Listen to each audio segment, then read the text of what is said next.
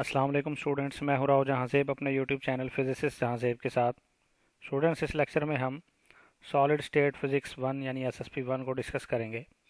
चलें अपनी बात स्टार्ट करते हैं क्रिस्टलाइन स्टेट से या क्रिस्टलाइन सॉलिड से। देखेंगे ये क्रिस्टलाइन स्टेट क्या होती है किसी भी सॉलिड की। क्रिस्टलाइन स्टेट ये वो स्टेट है सॉलिड की जिसमें सॉलिड के अंदर जो लेटिस एटम्स मौजूद होते हैं उनकी पोजीशन एग्जैक्टली पीरियोडिक होती है। ठीक है, एक बेसिकली क्या है ये 3D पीरियोडिक अरे ऑफ एटम,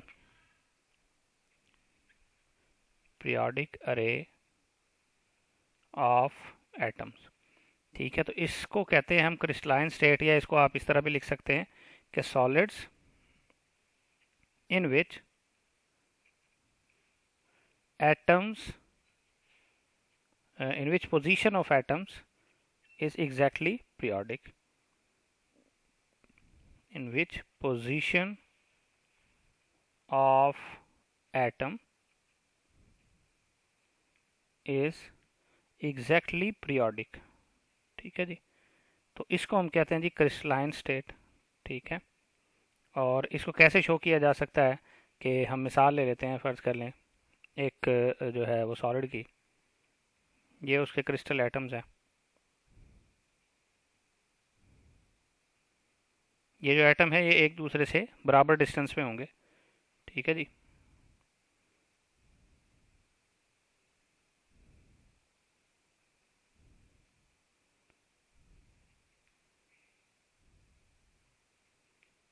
ये दूसरे हैं, ये उसके बाद तीसरे आ गए, तीसरा इसका प्लेन आ गया। एक ही क्रिस्टल है, ये एक ही मटेरियल की बात कर रहे हैं। ये चौथा प्लेन आ गया जी। ठीक है, ये एक क्रिस्टल है जिसमें एटम की पोजीशन जो है वो एग्जैक्टली क्या है जी, पीरियोडिक है। अगर यहाँ इसको समझने के लिए हम क्या करें, इसको नाम दे दें ए का, इसको नाम दे दें बी का। ठीक है, तो इन दोनों एटम्स के दरमियान कोई से भी दो कंजक्टिव एटम्स जो हैं उनके दरमियान जो डिस्टेंस है वो बेसिकली बराबर है स्मॉल ए के। इन सारों को आप मिला दें ताकि इनके दरमियान का डिस्टेंस मालूम किया जा सके। ये एटम्स इस तरीके से मिला दें। अब कोई से भी जो दो एटम्स हैं उनके दरमियान का जो डिस्टेंस है ना वो ए है, इस लेंथ को कहेंगे ये ए है। ठीक हो गया, और वाई एक्सिस पे जो डिस्टेंस है दो एटम्स के दरमियान का, उसको हम फर्ज कर लें, उसको हम कह देते हैं जी बी। ठीक है, एक्स एक्सिस पे दो एटम के दरमियान का डिस्टेंस ए है और वाई एक्सिस पे बी है। तो इस तरीके से अगर देखा जाए तो हम क्या कह सकते हैं, ये एक क्रिस्टल लैटिस है। ठीक है, इसके अंदर अब बात कर लेते हैं ट्रांसलेशनल सिमेट्री की।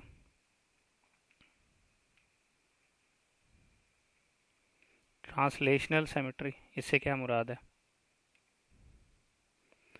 क्रिस्टलाइन स्टेट में मौजूद जो एटम्स होते हैं, अगर आप क्या करें, अगर आप एक एटम को ट्रांसलेट करें, ठीक है, किसी भी एटम को ट्रांसलेट करें, एक मतलब इस ए पोजीशन से आप ट्रांसलेट करके उसको यहाँ पे ले जाएं दूसरी पोजीशन पे, यानी एक वेक्टर आप कहाँ से जी, एक वेक्टर के अलोंग आप इसको ट्रांसलेट करें, कहाँ से कहाँ तक जी, एक लैटिस पॉइंट या एक एटम से दूसरे एटम तक। फर्ज कर लें ये वेक्टर आ रहा है, इस वेक्टर के अलोंग अगर आपने इस क्रिस्टल को मूव करा दिया है, ठीक है, और फिर भी ये क्रिस्टल क्या रहे, इनवेरिएंट रहे या सेम रहे, तो हम कहेंगे जी इस क्रिस्टल में, इस मटेरियल में ट्रांसलेशन सिमेट्री मौजूद है। ठीक है, ठीक है, translation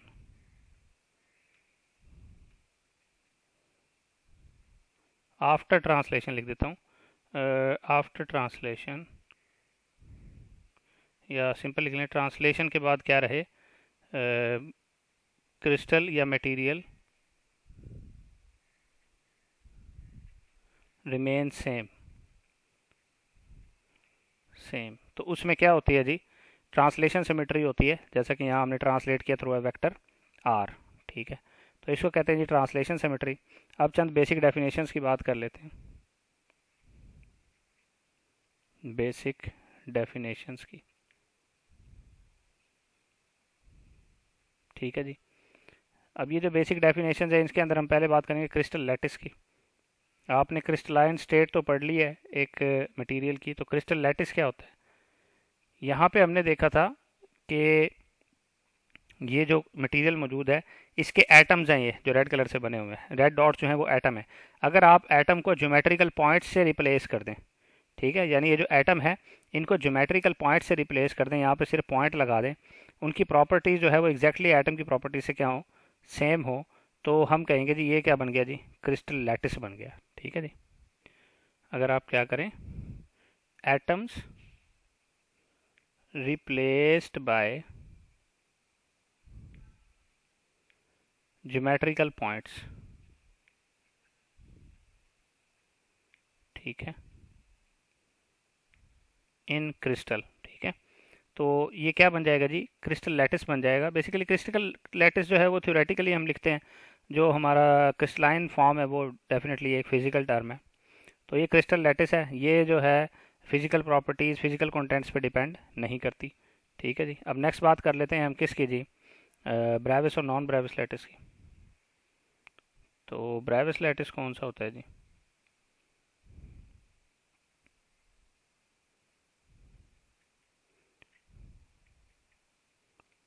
Brevis lattice three dimensional ऐसा स्ट्रक्चर है जिसमें ये जो एटम्स मौजूद हैं, ये सारे एटम जो हैं वो एक ही तरह के हों, मतलब सेम एटम्स हों।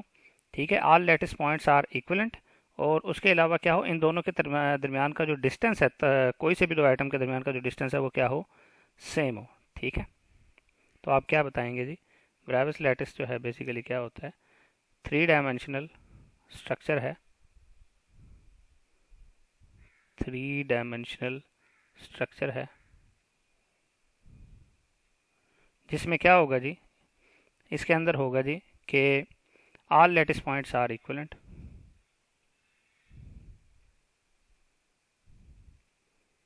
all lattice points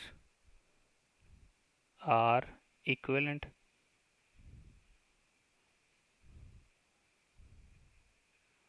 ठीक है। उसके अलावा क्या होगा, जितने भी एटम्स हैं सेम काइंड के हों, जैसे यहाँ पे है atoms are of same kind, तो इसको कहते हैं जी ब्रेविस लैटिस। इसमें कोई ब्रेकेज नहीं होता, ठीक है, नो ब्रेकेज लिख देता हूँ यहाँ पे, नो ब्रेकेज। अब ये जो हमने अभी बनाया था वो तो है आपका जी ब्रेविस लैटिस। तो ब्रेविस लैटिस तो आप ऑलरेडी ये वाला देख चुके हैं, अब मैं इसी को दोबारा बना रहा हूँ। मिसाल के तौर पे ये एटम्स हैं, ठीक है, जो हम ऑलरेडी बना चुके हैं। ये एटम है एक क्रिस्टल के, ये ब्रेविस लैटिस के लिए, ठीक है। अब बात कर लेंगे नॉन ब्रेविस लैटिस के लिए। नॉन ब्रेविस लैटिस, ये ऐसा लैटिस एक ऐसा स्ट्रक्चर है कि जिसमें लैटिस के साथ साथ बेस भी मौजूद होती है। तो यहाँ पे मैं आपको बता देता हूँ कि बेसिकली जो पूरा क्रिस्टल है ना, वो कम्बिनेशन होता है किसका जी, लैटिस प्लस बेसिस का।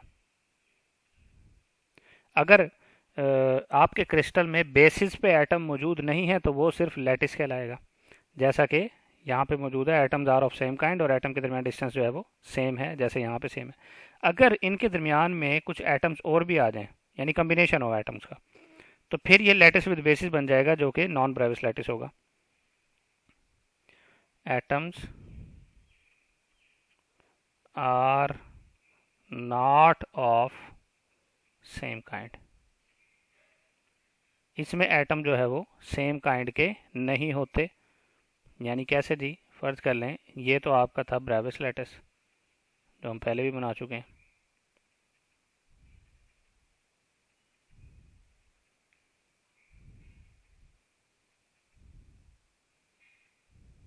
ये है ब्रेविस लैटिस, ठीक है, एग्जैक्टली ब्रेविस लैटिस। तो अगर हमने ये देखना हो कि नॉन ब्रेविस लैटिस कौन सा होगा, उसको हम लैटिस विद बेस भी कह सकते हैं और उसको हम नॉन ब्रेविस लैटिस भी कह सकते हैं। तो उसके लिए क्या होगा कि यहाँ पे भी कुछ एटम्स मौजूद होंगे। ये देखें, ये रहे, यहाँ एटम मौजूद होगा, यहाँ मौजूद होगा। अब आप देखें, ये दूसरे एटम्स हैं, ये वो एटम नहीं है जो एटम रेड कलर से बने हुए हैं, ठीक है। ये किसी और काइंड के एटम्स हैं। मिसाल के तौर पे अगर रेड वाले सोडियम है तो ये दरमियान में क्या होंगे, क्लोरीन होंगे। तो यहाँ पे क्या होगा, ये एटम कहाँ पे मौजूद है, ये बेसिस पे मौजूद है। तो इसको कह देंगे लेटिस विद बेस या non Bravais. Lattice with basis, ये ब्रेविस और नॉन ब्रेविस लैटिस का फ़र्क हो गया। तो अगर आप इनके लिए प्रिमिटिव ट्रांसलेशन वेक्टर, अगर ट्रांसलेशन वेक्टर लिखना चाहते हैं जिसको बेसिस वेक्टर भी कहते हैं, तो बेसिस वेक्टर कैसे लिख सकते हैं वो देख लें। तो बेसिस वेक्टर बेसिकली आर वो वेक्टर है जिसके थ्रू आप इसको क्या कर रहे हैं, ट्रांसलेट कर रहे हैं। R is equal to N1A। अब ज़रा तवज्जो करें, एन है वो नंबर कि जितने ज़्यादा नंबर ऑफ एटम आप इसको आगे लेके गए हैं, एन वो नंबर है, ठीक है। और ए या बी वो डिस्टेंस होगा जितना डिस्टेंस दो पॉइंट के दरमियान में होगा, दो लैटिस पॉइंट के दरमियान में होगा।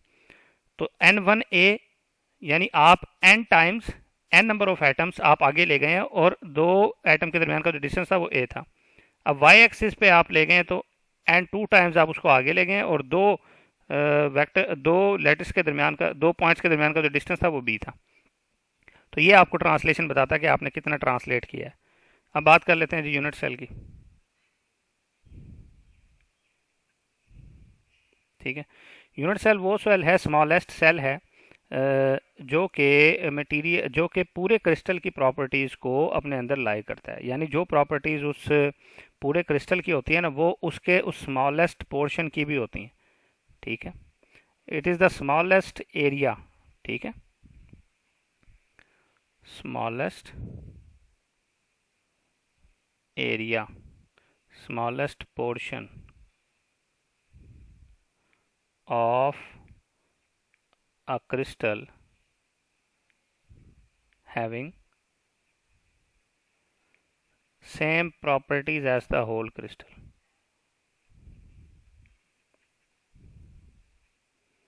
as the whole crystal। तो इसको क्या कहते हैं जी, उसका यूनिट सेल कहते हैं, किसी भी क्रिस्टल का यूनिट सेल कहते हैं, ठीक है। और जितने भी एक क्रिस्टल में जितने भी यूनिट सेल्स होते हैं, तमाम का जो एरिया है वो क्या होता है, सेम होता है, ठीक है। ये बातें आपने याद रखनी है। अब प्रिमिटिव और नॉन प्रिमिटिव सेल्स की बात कर लेते हैं। प्रिमिटिव एंड नॉन प्रिमिटिव,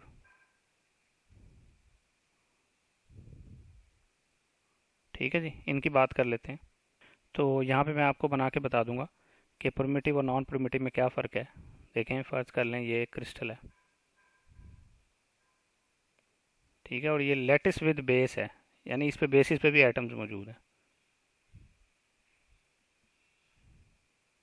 तो इसमें कौन सा सेल जो है वो इसका प्रिमिटिव यूनिट सेल कहलाएगा और कौन सा नॉन प्रिमिटिव कहलाएगा, वो यहाँ पे हमने देखना है। चलें जी देखें, तो यहाँ पे देखें आप, एक ऐसा सेल, यहाँ पे मैं इसके गिर्दी बना दूंगा कि ये देखें, ये मैं एक सेल बना रहा हूँ, एक यूनिट सेल बना रहा हूँ। और अगर लेटिस विद बेसिस हो ये, तो देखें यहाँ पे भी तो एटम्स मौजूद होंगे ना, क्योंकि अगर यहाँ पे एटम मौजूद ना हो तो ये सिर्फ क्रिस्टल होगा, यानी लेटिस होगा। लेकिन ये लेटिस विद बेस है, तो इसमें कुछ एटम्स इस तरीके से भी मौजूद हैं, ठीक है जी।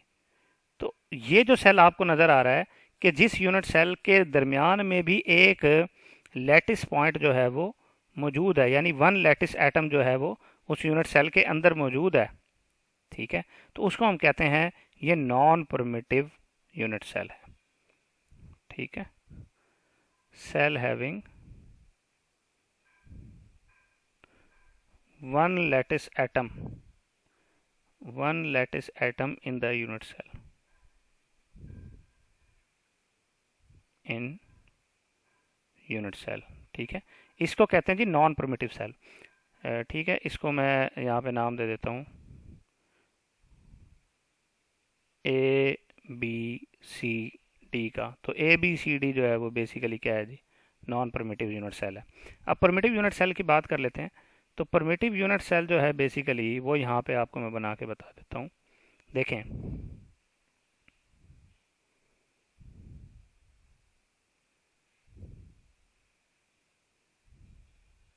अब अगर आप इस सेल पे गौर करें तो इस सेल में आप ये देख पा रहे हैं कि सेंटर में कोई एटम, कोई लैटिस पॉइंट जो है वो मौजूद नहीं है। तो ऐसा सेल, ऐसा यूनिट सेल जिसके सेंटर में कोई लैटिस पॉइंट मौजूद ना हो, उसको आप क्या कहते हैं, primitive unit cell. Minimum volume का सेल होता है ये, ई एफ जी एच कह देता हूँ इसको। तो cell having no lattice atom, ठीक है।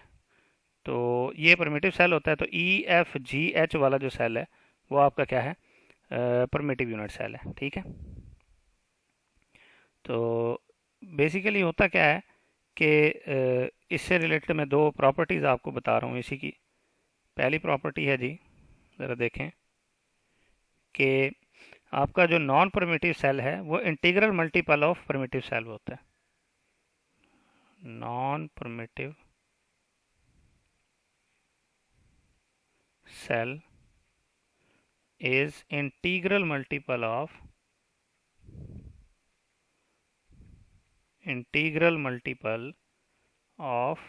permittive cell।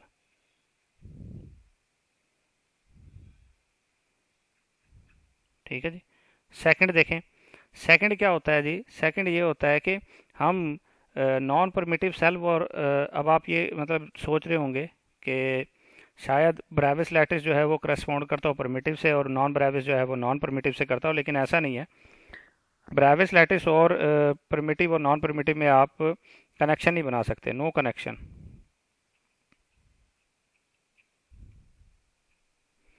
No connection between Bravais and primitive cell, ठीक है। तो इनके दरमियान आपने कोई रिलेशन नहीं बनाना, क्योंकि नहीं हो सकता। अब अगर जिस तरीके से हमने दो वेक्टर्स के लिए रिलेशन लिखा था, R is equal to N one A plus N one A plus N two B, इसी तरीके से थ्री डायमेंशन के लिए आप लिख सकते हैं R is equal to N one A plus N two B plus N three C. Three dimension के लिए इस तरह लिख सकते हैं हम। अब बात कर लेते हैं जी 7 क्रिस्टल सिस्टम और उसके अंदर जो 14 ब्रेविस लैटिसेस होते हैं उनकी। तो यहाँ पे बता देता हूँ जी, बेसिकली जो क्रिस्टल सिस्टम होता है वो 7 क्रिस्टल सिस्टम होता है। ज़रा देखें, 7 क्रिस्टल सिस्टम, यहाँ पे लिख देता हूँ नीचे, 7 क्रिस्टल सिस्टम होता है, ठीक है। और इसमें जो है वो जो ब्रेविस लैटिसेस होते हैं कितने होते हैं जी, 14 ब्रेविस लैटिसेस,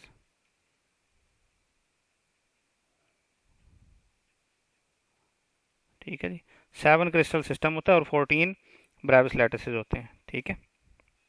तो इनको आप लिख सकते हैं कौन कौन से 14 ब्रेविस लैटिसेस होते हैं, ठीक है जी। और 7 क्रिस्टल सिस्टम जो है वो कौन सा होता है, तो यहाँ पे लिख देता हूँ जी 14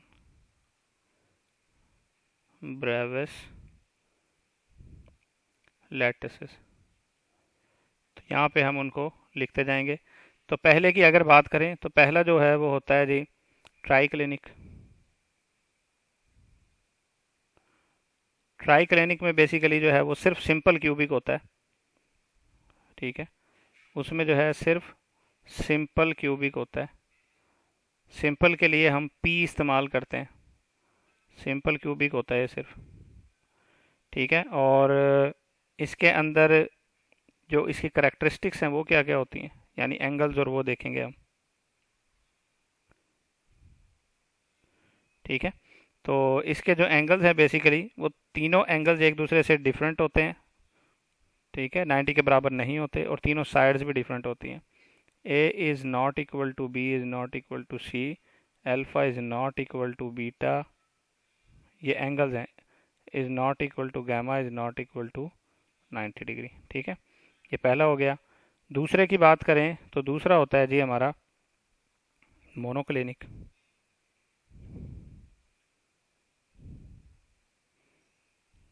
तो मोनोक्लिनिक जो है बेसिकली उसमें जो है वो सिंपल क्यूबिक भी होता है और बेस सेंटर्ड क्यूबिक भी होता है।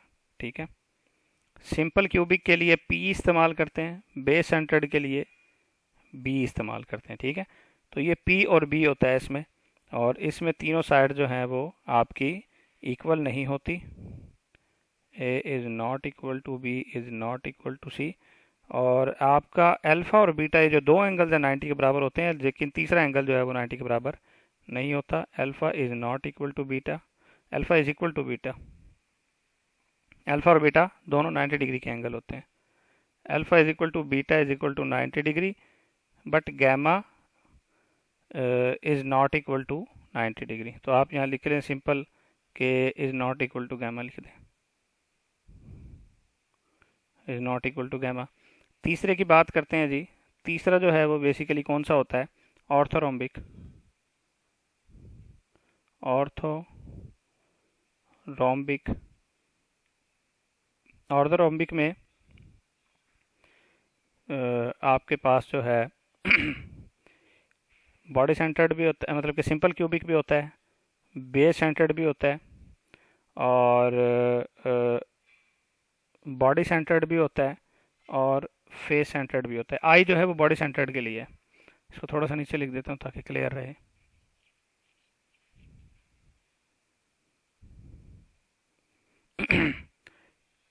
सिंपल क्यूबिक भी, बेस सेंटर्ड भी, बॉडी सेंटर्ड भी, फेस सेंटर्ड भी। ठीक है, और इसमें क्या होता है जी कि तीनों एंगल्स तो बराबर होते हैं 90 डिग्री के। Alpha is equal to beta is equal to gamma is equal to 90 degree, लेकिन तीनों साइड्स जो हैं वो एक दूसरे के बराबर नहीं होती। A is not equal to b is not equal to सी।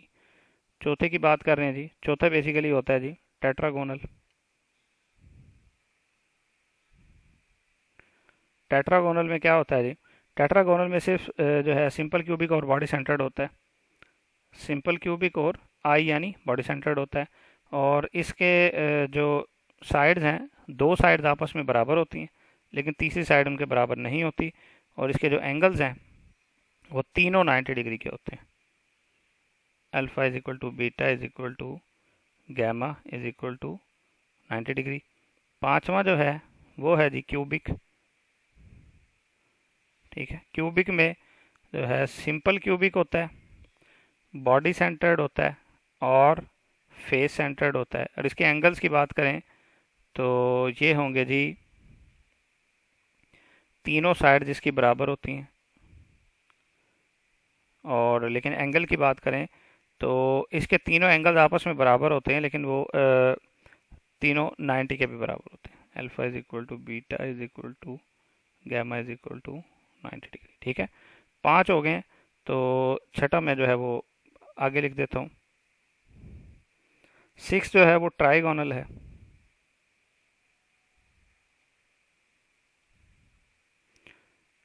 ठीक है, ट्राइगोनल में जो है सिर्फ सिंपल क्यूबिक होता है, और इसके जो साइड्स हैं वो तीनों साइड्स आपस में बराबर होती हैं। A is equal to b is equal to c, और इनके जो एंगल्स हैं वो alpha is equal to beta is equal to gamma, तीनों बराबर होते हैं लेकिन 90 डिग्री के नहीं होते। सेवन जो है, जो आपका सेवन क्रिस्टल सिस्टम है, वो हेक्सागोनल है। हेक्सागोनल जो है वो सिर्फ सिंपल क्यूबिक होता है, और इसकी दो साइडें बराबर होती हैं, a is equal to B, लेकिन वो दोनों तीसरी साइड के बराबर नहीं होती। और यहाँ पे अल्फ़ा और बीटा के जो एंगल हैं दोनों ये तो बराबर होते हैं और 90 डिग्री के बराबर होते हैं, लेकिन तीसरा जो एंगल है गैमा वो 120 डिग्री के बराबर होता है। तो ये चीज़ें आपने अच्छे से याद रखनी है। ठीक है, अब हम नेक्स्ट मूव करते हैं, चंद सिमेट्री ऑपरेशंस पढ़ेंगे। तो सिमेट्री ऑपरेशंस में जो पहला है वो इन्वर्जन सेंटर है, इन्वर्जन सिमेट्री। सिमेट्री ऑपरेशंस यानी अगर एक क्रिस्टल लैटिस हो, ठीक है, और उसमें क्या कर दिया जाए कि जो ट्रांसफॉर्मेशन है आर से माइनस आर कर दी जाए। ठीक है, जैसे मैं यहाँ बता रहा हूँ आपको कि यहाँ पे ये आर के अलोंग मूव कर रहा है ना वेक्टर, तो ट्रांसलेशन सिमेट्री है। तो अगर आर के अलोंग मूव कराएं क्रिस्टल लैटिस को, वो सेम रहे, तो उसको कहते हैं ट्रांसलेशन सिमेट्री। अब जैसा वो आर के अलोंग मूव कराने से था क्रिस्टल लैटिस, बिल्कुल वैसा ही हो अगर हम उसको माइनस आर के अलोंग मूव करा दें। ठीक है, माइनस आर के अलोंग, तो फिर हम कहेंगे कि जी इसमें इन्वर्जन सिमेट्री है, यानी इन्वर्जन सेंटर है, इन्वर्जन सिमेट्री।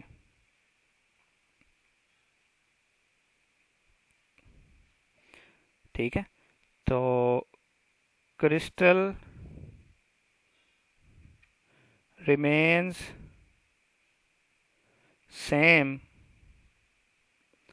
For translation. किस ट्रांसलेशन में ये सेम रहे? Along R and minus R, जैसा आर में हो वैसे ही माइनस आर में हो, तो इसको हम कहते हैं जी इन्वर्जन सिमेट्री। ठीक है, यानी कि अगर आपके पास वेक्टर्स की बात की जाए तो R is equal to n1a plus n2b था ना। ठीक है, तो अगर आप माइनस आर कर लें, माइनस n1a माइनस n2b, तो ये दोनों वेक्टर्स क्या रहें? सेम रहे, तो इसको कहते हैं इन्वर्जन सेंटर या इन्वर्जन सिमेट्री। नेक्स्ट है जी रिफ्लेक्शन प्लेन।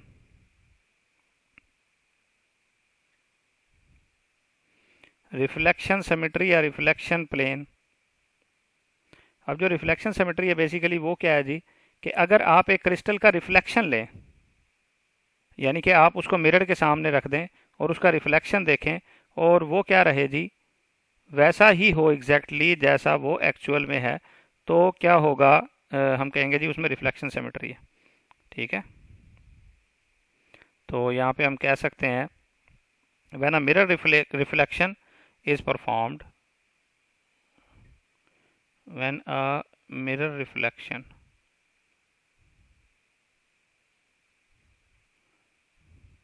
is performed। ठीक है, तो तब क्या रहे? क्रिस्टल जो है वो इनवेरिएंट रहे, क्रिस्टल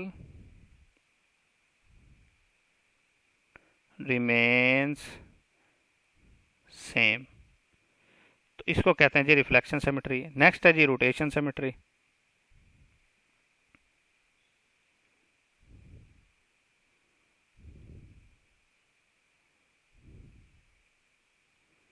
अब ये रोटेशन सिमेट्री देख लेते हैं क्या होती है, कि अगर एक क्रिस्टल को या सेल को रोटेट कराया जाए अबाउट सम एंगल, और सेल क्या रहे? सेम रहे। If cell rotated about some angle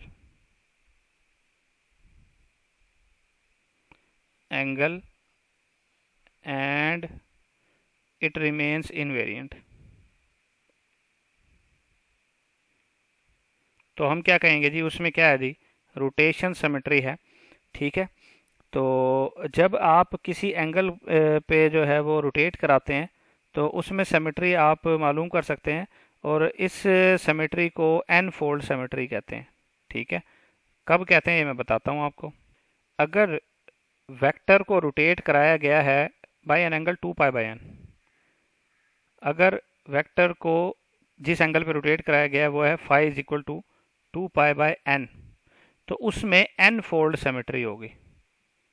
ठीक है जी, यानी अगर फर्ज कर लें, मैं अभी पहले लिख देता हूँ ये एन फोल्ड सिमेट्री, तो उसमें एन फोल्ड सिमेट्री होगी।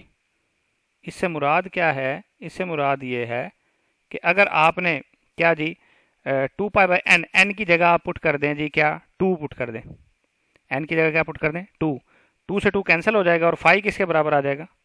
पाई के। अगर आपने n is equal to 2 put किया, तो फाई बराबर आ गया किसके? पाई के। यानी आपने 180 डिग्री पे जब एक क्रिस्टल को मूव कराया, तो फिर भी क्रिस्टल सेम था, तो उसमें कौन सी सिमेट्री होगी? उसमें 2 फोल्ड सिमेट्री होगी, क्योंकि आपने n is equal to 2 put किया है। अगर आप 4 पुट करें और फिर भी क्रिस्टल सेम है, तो उसमें 4 फोल्ड सिमेट्री होगी। तो यहाँ पे क्या है जी? 2 फोल्ड सिमेट्री। तो ये चीज़ें आपने अच्छे से याद रखनी है। अब बात कर लेते हैं पॉइंट ग्रुप्स की और स्पेस ग्रुप की। अब बात करेंगे पॉइंट ग्रुप्स की। Point point group symmetry.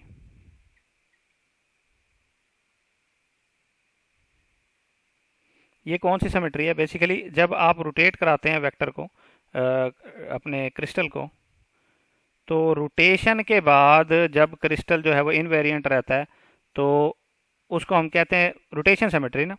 तो रोटेशन के दरमियान आप ये देखते हैं कि जब एक क्रिस्टल को जो है वो रोटेट कराया जा रहा है, फर्ज कर लें ये क्रिस्टल है।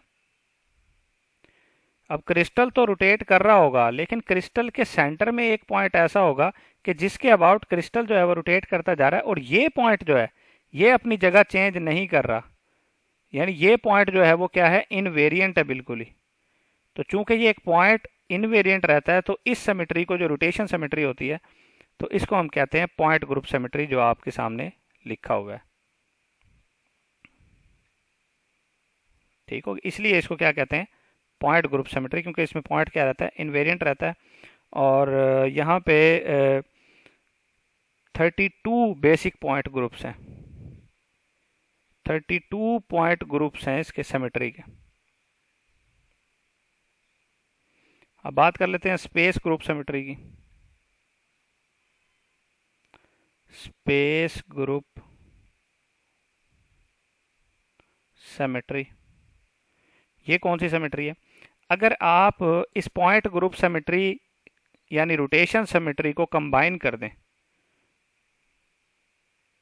पॉइंट ग्रुप सिमेट्री यानी रोटेशन सिमेट्री को कंबाइन कर दें ट्रांसलेशन सिमेट्री से, यानी एक ही सेल है वो फॉलो कर रहा है किसको, पॉइंट ग्रुप सिमेट्री को भी और ट्रांसलेशन सिमेट्री को भी, तो इसका मतलब है कि उसमें स्पेस ग्रुप सिमेट्री मौजूद है। ठीक है, ठीक है जी। जिस तरह 32 पॉइंट ग्रुप्स हैं सिमेट्री के, उसी तरीके से 72 जो हैं वो स्पेस ग्रुप्स हैं, space groups of symmetry. 72 space groups of symmetry. ठीक है जी। तो ये चीज़ें आपने क्या करनी है जी, याद रख लेनी है। अब देखेंगे जी मिलर इंडिसेस। मिलर इंडिसेस क्या होते हैं, सिंपल इसके बारे में हम एमसीक्यू के लिहाज से बस डिस्कस करेंगे। तो मिलर इंडिसेस बेसिकली होते क्या हैं? ठीक है, मिरर इंडिसेस हमें बताते हैं orientation of plane. Orientation of plane. ठीक है जी। इसको फाइंड करने का क्या तरीका है मैं बता देता हूँ आपको। तो इसमें बेसिकली हम क्या करते हैं, सबसे पहले एक्स वाई जेड इंटरसेप्ट जो है वो फाइंड करते हैं। X Y Z intercept find करते हैं। फर्ज कर लें जी वो हैं X over A, Y over B और जेड ओवर सी। उसके बाद हम क्या करते हैं, इन्वर्ट कर देते हैं इसको। ठीक है, a over x, b over y, c over z. उसके बाद क्या करते हैं कि नीचे जो भी नंबर्स होते हैं उनको हम फ्रैक्शन से हटाना चाहते हैं, तो हम कॉमन फैक्टर से मल्टीप्लाई कर देते हैं। कॉमन फैक्टर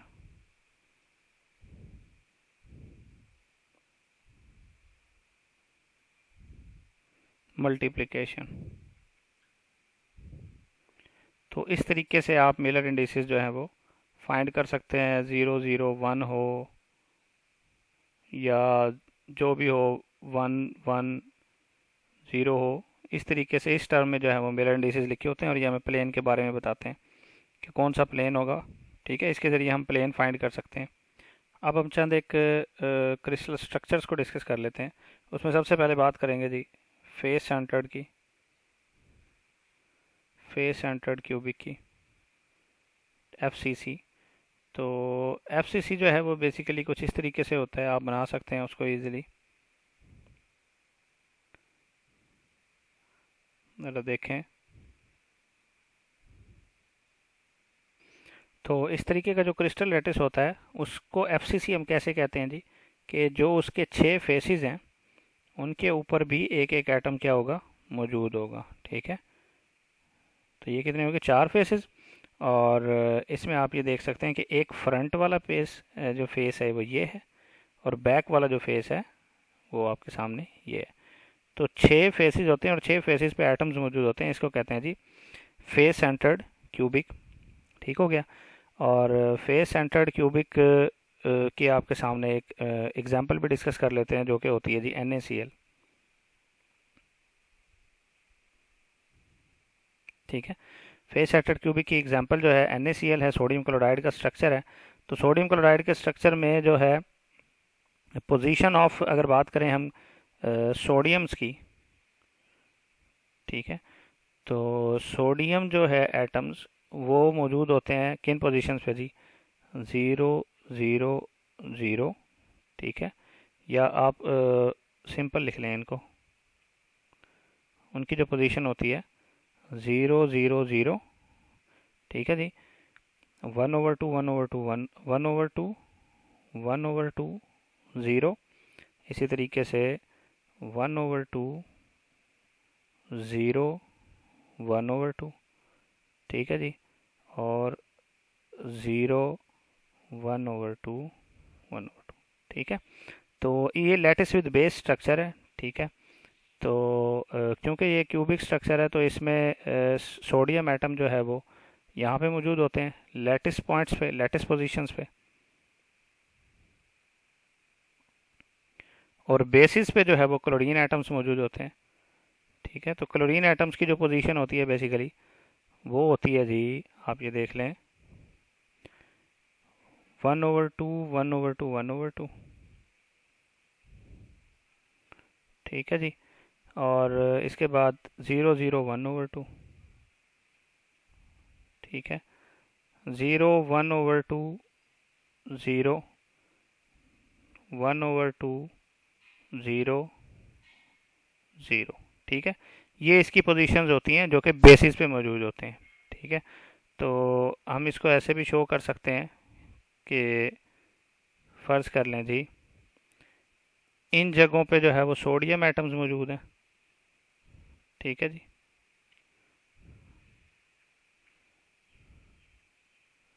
ठीक है, और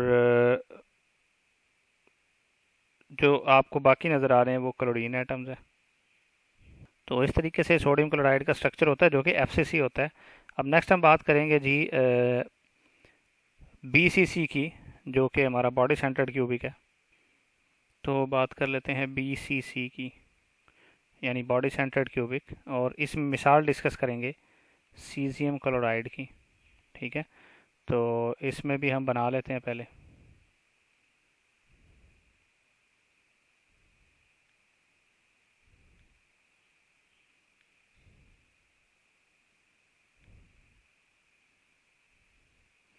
ठीक है जी, तो सीजियम क्लोराइड चूंकि बॉडी सेंटर्ड क्यूबिक है, तो बॉडी सेंटर्ड क्यूबिक में सेंटर में एक एटम मौजूद होता है, और यहाँ पे वो कौन सा एटम होगा जी, वो क्लोरीन का एटम होगा। बाकी सारे जो हैं वो कहाँ पे होंगे, सीजियम जो है वो इसके कॉर्नर्स पे मौजूद होंगे। ठीक है, तो ये बॉडी सेंटर्ड क्यूबिक है। यहाँ पे इस क्रिस्टल में जो पोजीशन अगर हम देखें तो आपका जो कह लें कि सीजियम है, सीजियम की जो पोजीशन जो है वो होती है जी 0 0 0 पे, और क्लोरीन की जो पोजीशन है वो होती है जी 1/2 1/2 1/2। ठीक है जी, ये आपने बॉडी सेंटर्ड क्यूबिक देख लिया। अब बात कर लेते हैं डायमंड स्ट्रक्चर की। डायमंड भी बेसिकली FCC ही है। डायमंड स्ट्रक्चर जो है वो भी एक FCC स्ट्रक्चर की ही एग्जांपल है।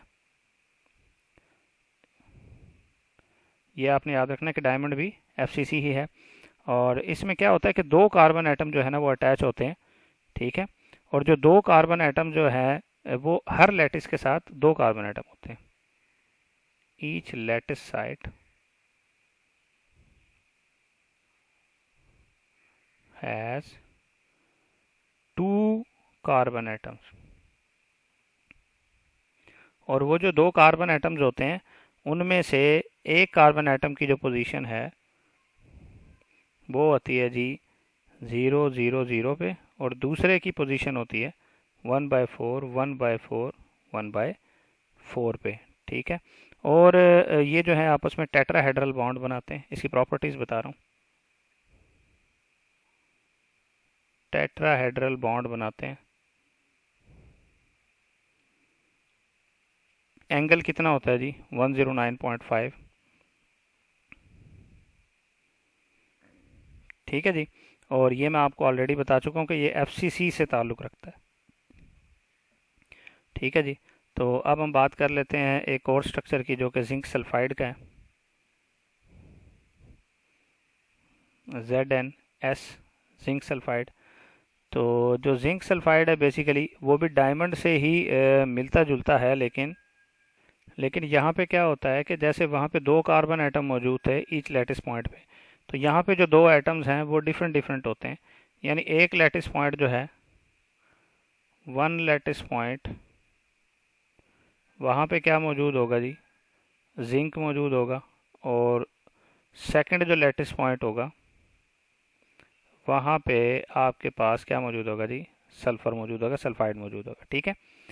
तो ये आपने अच्छे तरीके से जो है वो याद रख लेना है। अब हम नेक्स्ट मूव करते हैं। तो अब हमने जो है कंपैरिजन पढ़ना है सिंपल क्यूबिक, बीसीसी, एफसीसी और एचसीपी में। सिंपल क्यूबिक में 1 एटम पर यूनिट सेल होता है, बीसीसी में 2, एफसीसी में 4 और एचसीपी में 6। कोऑर्डिनेशन नंबर के लिहाज से देखें तो सिंपल क्यूबिक का 6 है, बीसीसी का 8 है, एफसीसी का 12 है और एचसीपी का 12 है। अब आप गौर से देखें तो अगर कोऑर्डिनेशन नंबर देखा जाए तो एफसीसी और एचसीपी दोनों का सेम है और पैकिंग फ्रैक्शन भी दोनों की सेम है। लेकिन डिफरेंस कहाँ पे आ जाता है, डिफरेंस आ जाता है कि कितने number of atom per unit cell हैं। तो एचसीपी में number of atom per unit cell ज़्यादा है। तो इस तरीके से एज लेंथ दी गई है। ठीक है। जो उसके एक साइड का जो लेंथ होती है, डिस्टेंस होता है, वो एज लेंथ दी गई है। सिंपल क्यूबिक के लिए A = 2R है। आर जो है वो एटॉमिक रेडियस है, ए जो है वो एज लेंथ है। तो इसी तरीके से बीसीसी और एफसीसी और की दी गई है आपके सामने, ये आपने याद कर लेनी है। अब यहाँ पे दो इंपॉर्टेंट एमसीक्यू जो मैं आपको बता रहा हूँ कि लिक्विड जो है बेसिकली, लिक्विड जो है वो एक आइसोट्रोपिक मटेरियल है, क्योंकि इसकी प्रॉपर्टीज़ तमाम डायरेक्शन में क्या रहती हैं, सेम रहती हैं। ठीक है। तो इसमें आपने कंफ्यूज नहीं होना कि क्रिस्टलाइन सॉलिड जो है वो आया कि कौन सा मटेरियल है। क्रिस्टलाइन सॉलिड जो है वो एन आइसोट्रॉपिक है। ठीक है। ये एन आइसोट्रॉपिक मटेरियल है। तो ये दो एमसीक्यूज आपने अच्छे से याद रखने हैं। अब हम एक इम्पॉर्टेंट ग्राफ डिस्कस करने लगे हैं जो कि कंसंट्रेशन ऑफ एटम्स का है, कि एक मटेरियल है, उस मटेरियल में जो कंसंट्रेशन है वो एटम्स की कहाँ पे ज़्यादा होती है। तो ये देखने के लिए पहले मैं आपको जो है वो नंबर ऑफ एटम्स बता दूंगा कितने होते हैं जी। किसी भी शेल में नंबर ऑफ एटम्स जो है, नंबर ऑफ एटम्स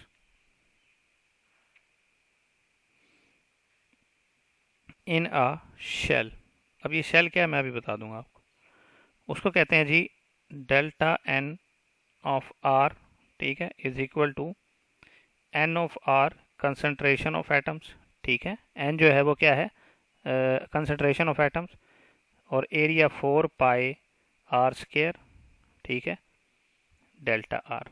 तो बेसिकली क्या है, ये कंसंट्रेशन ऑफ एटम, ये फार्मूला निकला है number of atoms is equal to concentration of atom multiply volume. यानी कंसंट्रेशन ऑफ एटम एन बराबर होती है number of atom per unit volume. तो यहाँ से ये फार्मूला बना है। ठीक है। तो अब देख लेते हैं कि कंसंट्रेशन किस तरीके से वेरी करती है। तो आपने इस ग्राफ को तवज्जो से समझना है।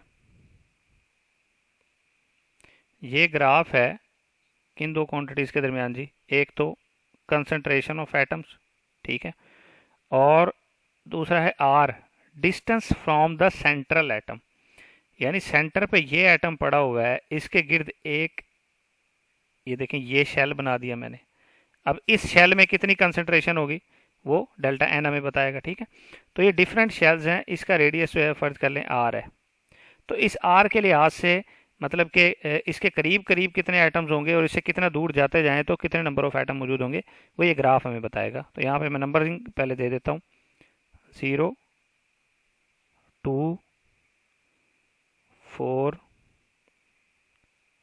6 और इसको थोड़ा और बढ़ा लेते हैं, यहाँ पे 8 कर देते हैं। ठीक हो गया। इसी तरीके से अगर वाई एक्सिस पे देखें तो 1 2 और 3। ठीक हो गया जी। अब यहाँ से हमने देखनी है कंसंट्रेशन। देखें, जब हम बात करें r इज इक्वल टू 0 के लिए, जब r बिल्कुल 0 होगा यानी सेंट्रल एटम के बिल्कुल पास, तो यहाँ पे तो एटम मौजूद ही नहीं होंगे, नो एटम्स। ठीक है, डेल्टा एन क्या होगा? 0। क्यों? रिपल्सिव फोर्सेस की वजह से, क्योंकि इतने करीब अगर एटम आ जाएंगे तो उनके दरमियान रिपल्सिव फोर्सेस जो है वो मौजूद होंगे और कोई कंसंट्रेशन नहीं होगी एटम्स की। तो देखें यहाँ से ग्राफ शुरू ही नहीं होगा। ठीक है, जब क्या होगा फिर आहिस्ता आहिस्ता क्या होगा कि कंसंट्रेशन जो है जैसे जैसे यहाँ से दूर जाते जाएंगे एटम की कंसंट्रेशन क्या होगी जी? बढ़ती जाएगी। तो दूसरी जो बात है यहाँ पे कि जब आपका ये जो रेडियस है वो 3 एंगस्ट्रॉम हो जाएगा, जब 3 एंगस्ट्रॉम हो जाएगा तो 3 एंगस्ट्रॉम पे जो कंसंट्रेशन होगी वो मैक्सिमम होगी। तो यहाँ पे हम क्या करेंगे जी? 3 एंगस्ट्रॉम तकरीबन यहाँ पे बनता है, तो 3 एंगस्ट्रॉम पे क्या होगा जी? आपकी कंसंट्रेशन मैक्सिमम होगी, यानी यहाँ पे यहाँ से सेंटर से 3 एंगस्ट्रॉम दूर जो है वो कंसंट्रेशन मैक्सिमम होगी। फिर क्या होगा? फिर से क्या होगा जी? अब मज़ीद दूर लेके जाएंगे तो कंसंट्रेशन तो फिर कम हो जाएगी, क्योंकि अब क्या होगा? 3 एंगस्ट्रॉम पे जो फोर्सेस थी वो क्या थी जी? अट्रैक्टिव थी और मैक्सिमम अट्रैक्टिव थी। अट्रैक्टिव फोर्सेस थी और मैक्सिमम अट्रैक्टिव थी। ठीक है, और उसके बाद क्या होगा कि जब 3 एंगस्ट्रॉम से मज़ीद डिस्टेंस बढ़ाएंगे तो फिर क्या होगा? अब उनकी अट्रैक्शन कम होती जाएगी। ठीक है, उनकी अट्रैक्शन कम होती जाएगी और अट्रैक्शन पहले कम होगी, उसके बाद क्या होगा? फिर ये ऑसिलेट करती रहेगी इस तरीके से, अट्रैक्शन रिपल्शन अट्रैक्शन रिपल्शन। क्यों? क्योंकि आर जब 3 एंगस्ट्रॉम से आप आगे ले गए तो उसके बाद जो तमाम एटम होंगे एक दूसरे की नेबरिंग अट्रैक्शन और रिपल्शन की वजह से ये क्या होगा? ग्राफ ऑसिलेट करता रहेगा और नंबर ऑफ एटम या कंसंट्रेशन जो है वो ऑसिलेट करती रहेगी। आर ग्रेटर देन 3 एंगस्ट्रॉम जो है वो ऑसिलेट करती रहेगी। तो इस ग्राफ को आपने अच्छे से समझ लेना है। ठीक है जी। अब हम इंटर एटॉमिक फोर्सेस की वेरिएशन के बारे में पढ़ेंगे, एक ग्राफ इसमें भी डिस्कस करेंगे। Inter atomic forces. ठीक है, तो ये ग्राफ भी बेसिकली उसी की ही एक शक्ल है, इसको पोटेंशियल और आर का ग्राफ कहते हैं। ठीक है जी। तो इस ग्राफ के लिए एक फार्मूला भी लिखा जाता है जो आपने पढ़ा होगा, F is equal to minus partial V over partial r या dV over d r. ये क्या है जी? DV over d r क्या है जी? पोटेंशियल ग्रेडियंट है। ठीक हो गया। अब क्या होगा कि जब इस ग्राफ को पहले मैं आपके सामने बना देता हूँ। ये ग्राफ कुछ इस शक्ल का है। ठीक है जी। अब देखें यहाँ पे क्या है, इस पॉइंट पे इसको हम कह देते हैं ये डिस्टेंस जो है वो आर नॉट है। ठीक है, एक्स एक्सिस पे डिस्टेंस है और वाई एक्सिस पे पोटेंशियल है। ये आर नॉट है और यहाँ पे पोटेंशियल क्या है जी? We not. अब क्या होगा कि जब ऐसा होगा कि आपका R naught less than R होगा। ठीक है, अब आर नॉट जब लेस देन आर होगा तो इस रेंज में क्या होगा? फोर्सेस क्या होंगी? अट्रैक्टिव होंगी। फोर्सेस अट्रैक्टिव होंगी। ठीक हो गया। और इसके साथ साथ क्या होगा जी? फोर्सेस अट्रैक्टिव होंगी और आपके पास जो टर्म आएगी वो क्या आएगी जी? नेगेटिव आएगी। और इसी तरीके से दूसरी कंडीशन अगर आप देखें, अगर R naught greater than R हो, ठीक है, तो उस सूरत में क्या होगा? उस सूरत में आपकी जो फोर्सेस हैं वो रिपल्सिव होंगी और आपकी जो फोर्स आएगी वो क्या आएगी जी? पॉजिटिव आएगी। अब ये जो फोर्सेस हैं ये अगर अट्रैक्टिव फोर्सेस की बात करें तो अट्रैक्टिव फोर्सेस जो है वो लार्ज डिस्टेंसेस पे डोमिनेट करती हैं, ठीक है। और जो रिपल्सिव फोर्सेस हैं वो स्मॉल डिस्टेंसेस पे डोमिनेट करती हैं, ठीक है। तो इनके दरमियान में एक पॉइंट होता है जो यहाँ पे हमने आर नॉट और वी नॉट लिखा गया है। इतने डिस्टेंस पे क्या होता है, एट आर नॉट ये दोनों फोर्सेस कैंसिल कर देती हैं, both attractive and repulsive forces cancel each other। और क्या होगा, ये जो है एटम क्या होंगे, इक्विलिब्रियम में होंगे। तो ये इस कंप्लीट ग्राफ की क्या है जी, एक्सप्लेनेशन है। अब हम नेक्स्ट बात करेंगे स्कैटरिंग की, और स्कैटरिंग फ्रॉम एन एटम की बात करेंगे। अगर एक इलेक्ट्रॉन जो है वो स्कैटर करके गया एक एटम से, स्कैटरिंग फ्रॉम एन एटम। और इसी तरीके से स्कैटरिंग के साथ ही हम पढ़ेंगे उसका एटॉमिक फॉर्म फैक्टर, जो कि हमें उसका एम्पलीट्यूड बताएगा स्कैटरिंग का। तो स्कैटरिंग फ्रॉम एन एटम की बात कर रहे हैं, तो जो अगर हम उसका एटॉमिक फॉर्म फैक्टर निकालें,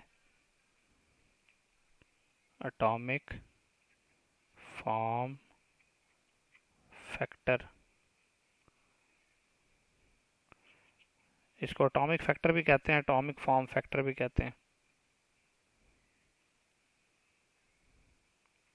एटॉमिक फॉर्म फैक्टर, तो ये बेसिकली हमें बताता क्या है, amplitude of x scattering by an atom. Amplitude of x rays scattering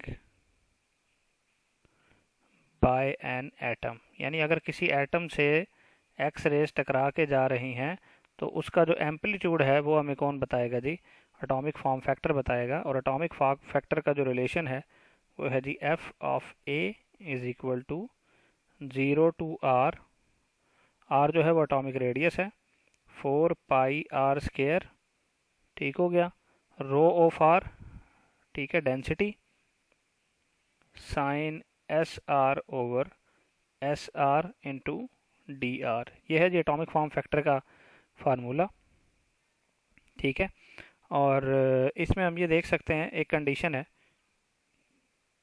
कि अगर ऐसा हो कि ये फॉरवर्ड डायरेक्शन में मूव कर रहे हो, ठीक है, जो एक्स रेज है वो क्या करे, फॉरवर्ड डायरेक्शन में मूव करे, तो एंगल कितना होगा, 0 डिग्री, ठीक है।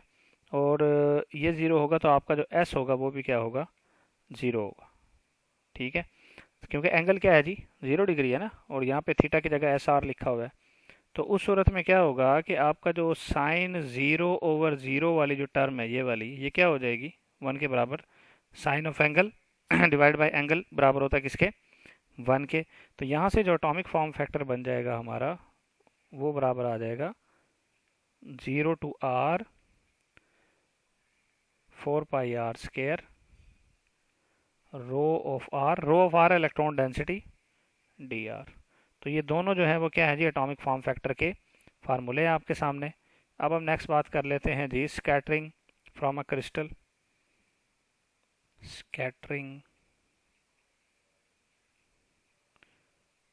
From crystal. अब जब क्रिस्टल से जो है वो एक्स रे स्कैटर होंगी, तो जैसे यहाँ पे एटॉमिक फॉर्म फैक्टर था जो एम्पलीट्यूड बताता था एटम के लिए, तो यहाँ पे जो है वो आपका क्रिस्टल के लिए लैटिस स्ट्रक्चर फैक्टर होगा, ठीक है, लैटिस स्ट्रक्चर फैक्टर। जैसे वो एटॉमिक फॉर्म फैक्टर था एम्पलीट्यूड बताता था, तो यहाँ पे लैटिस स्ट्रक्चर फैक्टर होगा। उसमें क्या होगा कि जब एक्स रे जो है वो क्रिस्टल से टकरा के जाएंगी, तो कहीं पे वो कंस्ट्रक्टिव इंटरफेरेंस करेंगी, कहीं पे वो जो है वो डिस्ट्रक्टिव इंटरफेरेंस करेंगी, ठीक है। तो यहाँ से हम क्या कर सकते हैं, हम स्ट्रक्चर फैक्टर का जो है पहले बेसिक फार्मूला लिख लेंगे, जनरल फार्मूला।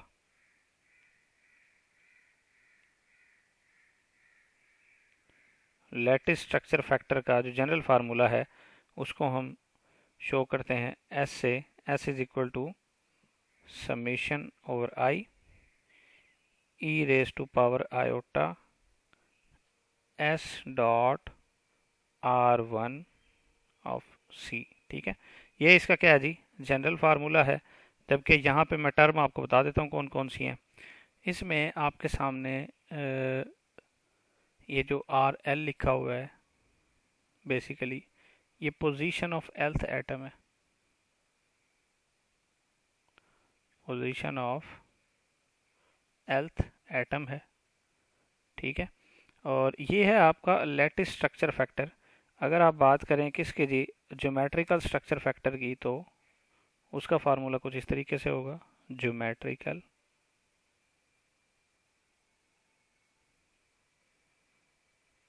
Structure factor. तो ज्योमेट्रिकल स्ट्रक्चर फैक्टर का अगर फार्मूला देखें तो वो होगा F is equal to summation, summation यहाँ जे पे लगाना है, समीशन ओवर जे। ठीक है जी, एफ ऑफ ए जे। ठीक है जी, e raise to power iota s dot delta j. Delta j यहाँ पे क्या है जी, पोजीशन ऑफ जेथ एटम है।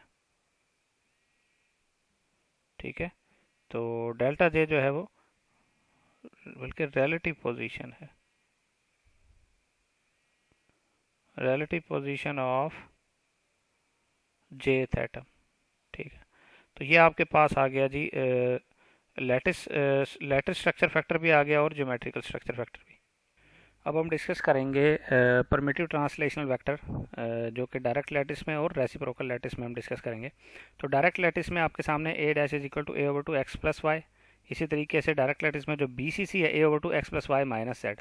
और डायरेक्ट लैटिस में simple cubic a is equal to a x. अब ये जो वेक्टर लिखे हुए हैं ना, इनको बस मैं आपको याद करने का तरीका बता देता हूँ। देखें, डायरेक्ट लैटिस में जो एफ सी सी है ना, अब ये आपने याद रखना है, डायरेक्ट लैटिस में हमेशा ए ओवर टू रहेगा पहले, a over two a over two a over two. ठीक है, जबकि रेसिप्रोकल लैटिस में two pi by a, two pi by a रहेगा। ठीक है, बाकी चीज़ें इंटरचेंज हो जाएंगी। जैसे कि एफ सी सी का जो डायरेक्ट लैटिस है वो क्या है, एक्स प्लस वाई, और बी सी सी का रेसिप्रोकल लैटिस जो है वो एक्स प्लस वाई है। इसी तरीके से अगर बात करें, बी सी सी का जो डायरेक्ट लैटिस है, ए वाला जो प्रिमिटिव वेक्टर है, वो x plus y minus z है। इसी तरीके से जो एफ सी सी का जो रेसिप्रोकल लैटिस है वो x plus y minus z है। तो यानी कि direct lattice B C C के जो हैं वो एफ सी सी के रेसिप्रोकल लैटिस बन जाएंगे, और इसी तरीके से एफ सी सी के जो डायरेक्ट लैटिस हैं वो बी सी सी के रेसिप्रोकल लैटिस बन जाएंगे। लेकिन डायरेक्ट लैटिस में ए ओवर टू रख लेना है, और रेसिप्रोकल लैटिस में two pi by a, two pi by a रखना है। ठीक है, नेक्स्ट अब हम बात कर लेते हैं जी ब्रिलियन जोन की।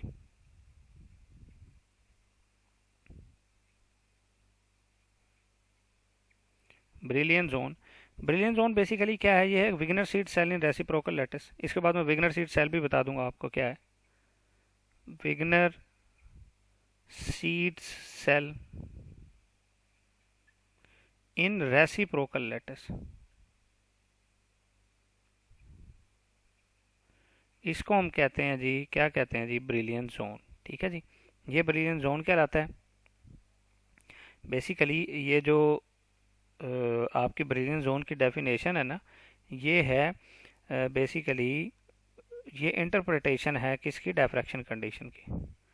It is basically geometrical interpretation of diffraction condition. तो ये डायफ्रैक्शन कंडीशन भी मैं आपको बताऊंगा डायरेक्ट लैटिस में भी और रेसिप्रोकल में। Geometrical interpretation of diffraction condition है ब्रिलियन जोन की डेफिनेशन। ठीक है, डायफ्रैक्शन कंडीशन। ठीक है जी, तो यहाँ से हम जो है वो कह सकते हैं ब्रिलियन जोन कुछ इस तरीके से होता है। ठीक है, और ये इस तरीके से हम बना सकते हैं इसको। ये वेक्टर है, फ़र्ज़ कर लें के है, इधर जो है वो एक पॉइंट पे जो है माइनस पाई बाई टू होता है, दूसरे पे क्या होता है जी, पाई बाई टू होता है। ठीक हो गया। और इसी तरीके से अगर आप देखना चाहें तो इसमें वन एटम जो है वो मौजूद होता है। यानी अगर ये आपके लैटिस वेक्टर्स हैं। तो यहाँ पे अगर आप ब्रिलियंट जोन देखना चाह रहे हैं तो वो कौन सा होगा जी? वो होगा कुछ इस तरीके से।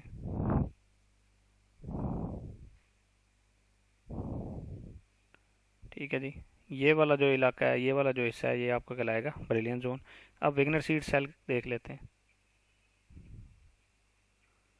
विग्नर सीड्स सेल।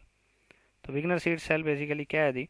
ये बनाने का एक तरीका कार है। तो हम इसके जो प्रोसेस है वो कैसे बनाते हैं हम इसको, पहले हम लैटिस पॉइंट्स बनाने के जहाँ पे लैटिस एटम्स मौजूद हैं।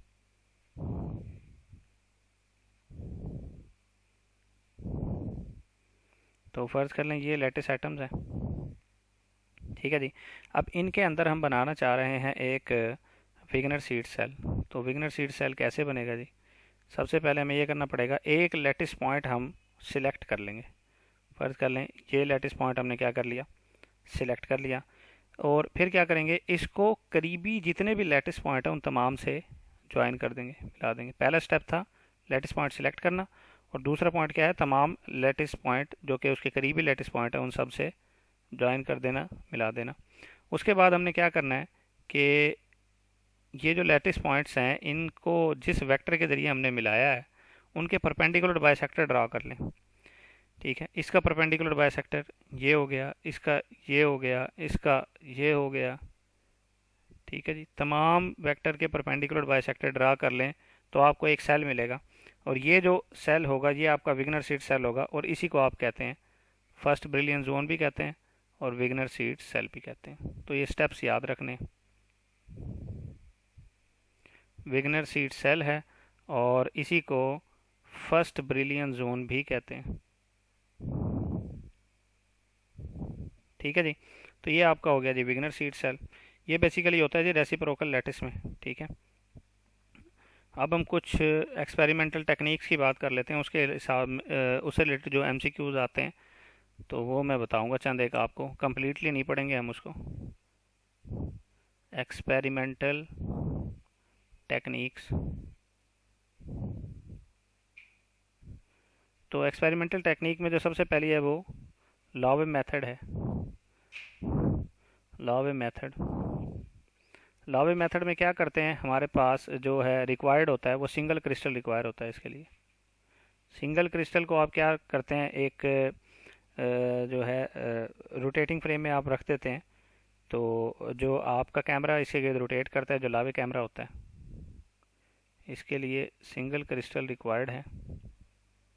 तो सेंटर में आप सिंगल क्रिस्टल रख देते हैं और उसके बाद क्या होता है कि एक्सरेज जो हैं वो डिफरेंट वेवलेंथ की एक्सरेज पे फॉल करती हैं। तो यहाँ बता देंगे जी वेवलेंथ जो है वो डिफरेंट होती है, डिफरेंट वेवलेंथ की एक्सरेज जो है वो इसके ऊपर फॉल करती हैं, जबकि आप थीटा को क्या रखते हैं, फिक्स रखते हैं। तो ये इसके बेसिकली एमसीक्यूज थे कि डिफरेंट वेवलेंथ की लाइट जो है इस पर फॉल करती हैं, थीटा को आप क्या रखते हैं, फिक्स रखते हैं। तो जब वेवलेंथ जो है वो ब्रैग्स कंडीशन को फॉलो कर जाती है तो तब हमें ब्राइट लाइट नज़र आ जाती है। ठीक है, तो ब्रैग कंडीशन भी आगे जाके हमने पढ़नी है।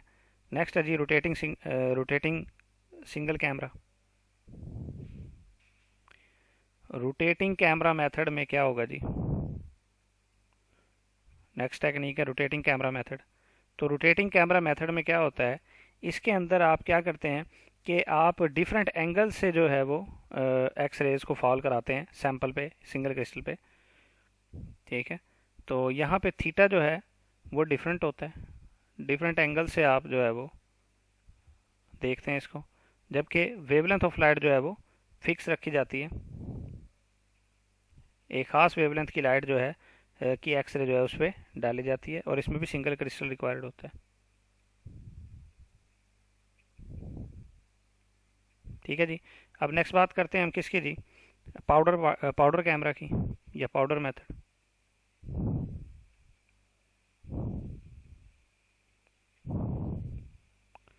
तो पाउडर मेथड में क्या होता है कि हम वो जो क्रिस्टल है उसको क्रश कर देते हैं, पाउडर बना लेते हैं। इसमें भी क्या होता है जी, लैम्डा हम फिक्स वेवलेंथ की लाइट डालते हैं, जबकि एंगल जो है वो चेंज होता रहता है। ठीक हो गया। Crush the sample. और इसमें क्या होता है जी, इसमें भी आपका जो वेवलेंथ है वो फिक्स होती है और एंगल जो है वो चेंज होता है, यानी डिफरेंट एंगल से हम लाइट को डालते हैं। जब वो लाइट जो है, जो एक्सरेज है, वो टकरा के सैंपल से टकरा के वापस आती है तो कंस्ट्रक्टिव और डिस्ट्रक्टिव इंटरफेरेंस होती है। जहाँ पे ब्रैग कंडीशन फॉलो होती है वहाँ कंस्ट्रक्टिव इंटरफेरेंस हो जाती है, ब्राइट लाइट मिलती है, और बाकी जगह पे डिस्ट्रक्टिव इंटरफेरेंस हो जाती है। ठीक हो गया। तो अब नेक्स्ट हम चलते हैं अपने अगले टॉपिक पे, हो गया डायफ्रैक्शन कंडीशन। डायफ्रैक्शन कंडीशन को डायरेक्ट लैटिस में भी पढ़ेंगे और रेसिप्रोकल में भी पढ़ेंगे। डायफ्रैक्शन कंडीशन, कंडीशंस आपने याद रख लेनी है।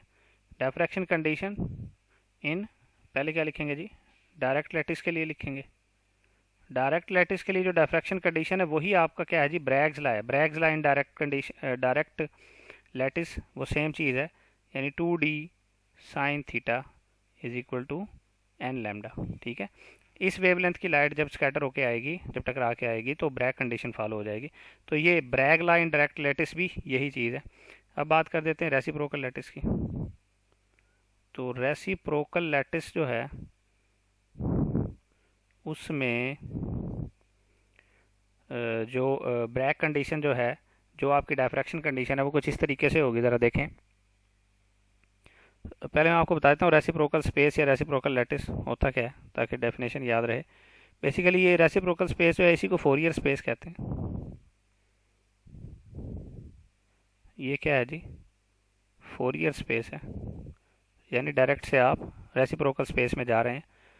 तो किस तरीके से आप इसकी जो है डायफ्रैक्शन कंडीशन लिख सकते हैं, delta k is equal to h a plus k b plus l c. ये जो है डायफ्रैक्शन कंडीशन है। एच के एल जो है वो इंटीजर्स हैं, एच के एल जो है वो जस्ट इंटीजर्स हैं। ठीक है। जबकि ए बी सी जो है वो ट्रांसलेशनल वेक्टर्स हैं रेसिप्रोकल लैटिस में। A b c translational vectors,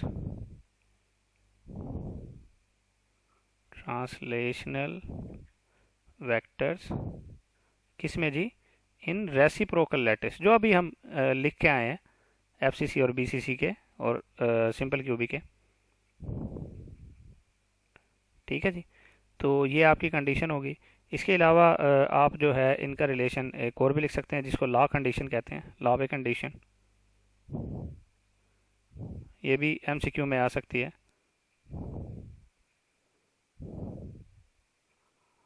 law a condition जो है वो क्या होती है जी, a vector primitive translation vector in direct lattice, a dot delta k is equal to 2 pi h, b dot delta k is equal to 2 pi k, c dot delta k is equal to 2 pi l. ठीक हो गया। तो ये आपके सामने लावे condition आ गई है। यहाँ से जो है मैं आपको बता देता हूँ कि अगर सेम वेक्टर का आप क्या लेंगे, प्रोडक्ट लेंगे, यानी primitive translational vector in direct lattice और रेसिप्रोकल लैटिस, इन दोनों का अगर आप डॉट प्रोडक्ट ले लें तो ये बराबर होगा किसके जी, हमेशा 2 पाई के बराबर होगा। ठीक है। इसी तरीके से C dot C, small C जो है primitive vector in direct lattice है। अगर आप इसके अलावा ए का बी के साथ ले लें, इस ए का दूसरे बी के साथ ले लें, तो वो हमेशा क्या आएगा, जवाब 0 आएगा। ठीक है। क्योंकि ए जो है रेसिप्रोकल लैटिस का वो क्या है जी, परपेंडिकुलर है किसके, बी और सी के। इसी तरीके से बाकी भी आपस में परपेंडिकुलर हैं, लेकिन जो ए और ए है, मतलब कि सेम जो लैटिस है वो क्या है जी, वो पैरेलल या एंटी पैरेलल होंगे। ठीक है। तो ये चीज़ें आपने याद रखनी है। जब हम निकाल रहे होते हैं अपना रेसिप्रोकल लैटिस में, जब हम परमिटिव ट्रांसलेशनल वेक्टर निकाल रहे होते हैं तो वो कुछ इस तरीके से निकालते हैं, बल्कि उनकी इक्वेशन मैं आपको यहीं पे लिख देता हूँ। डायरेक्ट लैटिस से रेसिप्रोकल लैटिस जब हम निकाल रहे होते हैं तो उनकी इक्वेशन कुछ इस तरीके से होती है। ए अगर जब आप निकाल रहे हैं तो 2 pi b cross c over a dot b cross c. इसी तरीके से बी जब आप निकाल रहे होते हैं 2 pi a cross c divided by a dot b cross c. इसी तरीके से जब सी निकाल रहे होते हैं तो 2 पाई, हाँ जी, 2 pi a cross b over a dot b cross c. ठीक है, ये आपने क्या करना है जी, ये डायरेक्ट लैटिस से रेसिप्रोकल लैटिस में जाने के वेक्टर होते हैं, जबकि a dot b cross c जो है वो नॉर्मलाइजेशन फैक्टर है।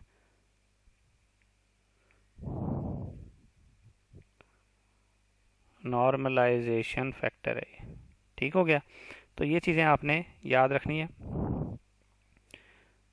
ठीक है, तो यहाँ पे हम देख रहे थे डायफ्रैक्शन कंडीशन रेसिप्रोकल लैटिस में हमने देख लिया। अब रेसिप्रोकल लैटिस में जो ब्रैग्स लॉ है वो क्या होगा वो देख लेते हैं। ये डायरेक्ट लैटिस का ब्रैग्स लॉ है ये वाला, और Bragg's law in reciprocal lattice क्या होगा वो देख लें।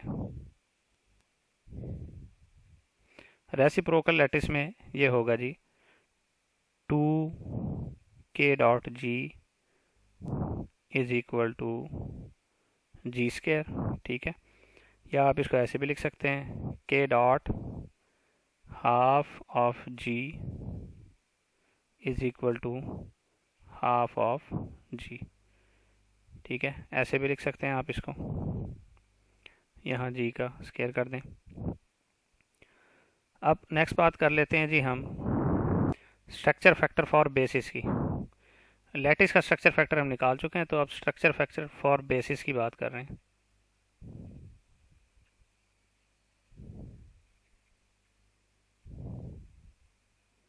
स्ट्रक्चर फैक्टर फॉर बेसिस, उसका जो फार्मूला है वो मैं आपके सामने उसकी जो है फॉर्म लिख रहा हूँ। F G is equal to summation over J F of J exponential minus iota rho J minus iota rho J dot G. ठीक है, रो जे जो है वो इलेक्ट्रॉन कंसंट्रेशन है। ये स्ट्रक्चर फैक्टर ऑफ बेसिस का फार्मूला है। ठीक है, तो अब हम बात कर लेते हैं कि अगर हमने स्ट्रक्चर फैक्टर फॉर BCC निकालना हो, ठीक है, तो वो कैसे निकालेंगे। उसके लिए इस फार्मूले को हम खोल के लिख लेते हैं, ओपन करके लिख लेते हैं। ठीक है, इस फार्मूले को अगर ओपन करें तो हमारे पास स्ट्रक्चर फैक्टर ऑफ बेसिस का कंप्लीट फार्मूला आ जाता है। ये जनरल फार्मूला था, कंप्लीट फार्मूला आपके पास अब आ जाएगा एफ ऑफ HKL। ठीक है, is equal to summation J F J exponential minus iota 2 pi XJH plus YJK plus ZJL। इसको मैं नीचे लिख देता हूँ, माइनस आयोटा 2 पाई, इसके आगे से ये ब्रैकेट शुरू हो रही है, XJH plus YJK plus ZJL। तो ये है जी structure factor of basis. Structure factor ये हमने ओपन करके लिखा ऊपर वाले फार्मूले को ऑफ बेसिस। अब ये डिफरेंट तरह की जो क्रिस्टल है उसके लिए डिफरेंट होता है। मिसाल के तौर पे स्ट्रक्चर फैक्टर अगर निकालना हो फॉर BCC, अगर BCC की बात करें तो BCC में हमें पता है कि एक एटम जो है उसकी पोजीशन जो बेसिस की होती है वो 0 0 0 होती है, और दूसरा जो है वो 1/2 1/2 1/2 1/2 1/2 पे होता है।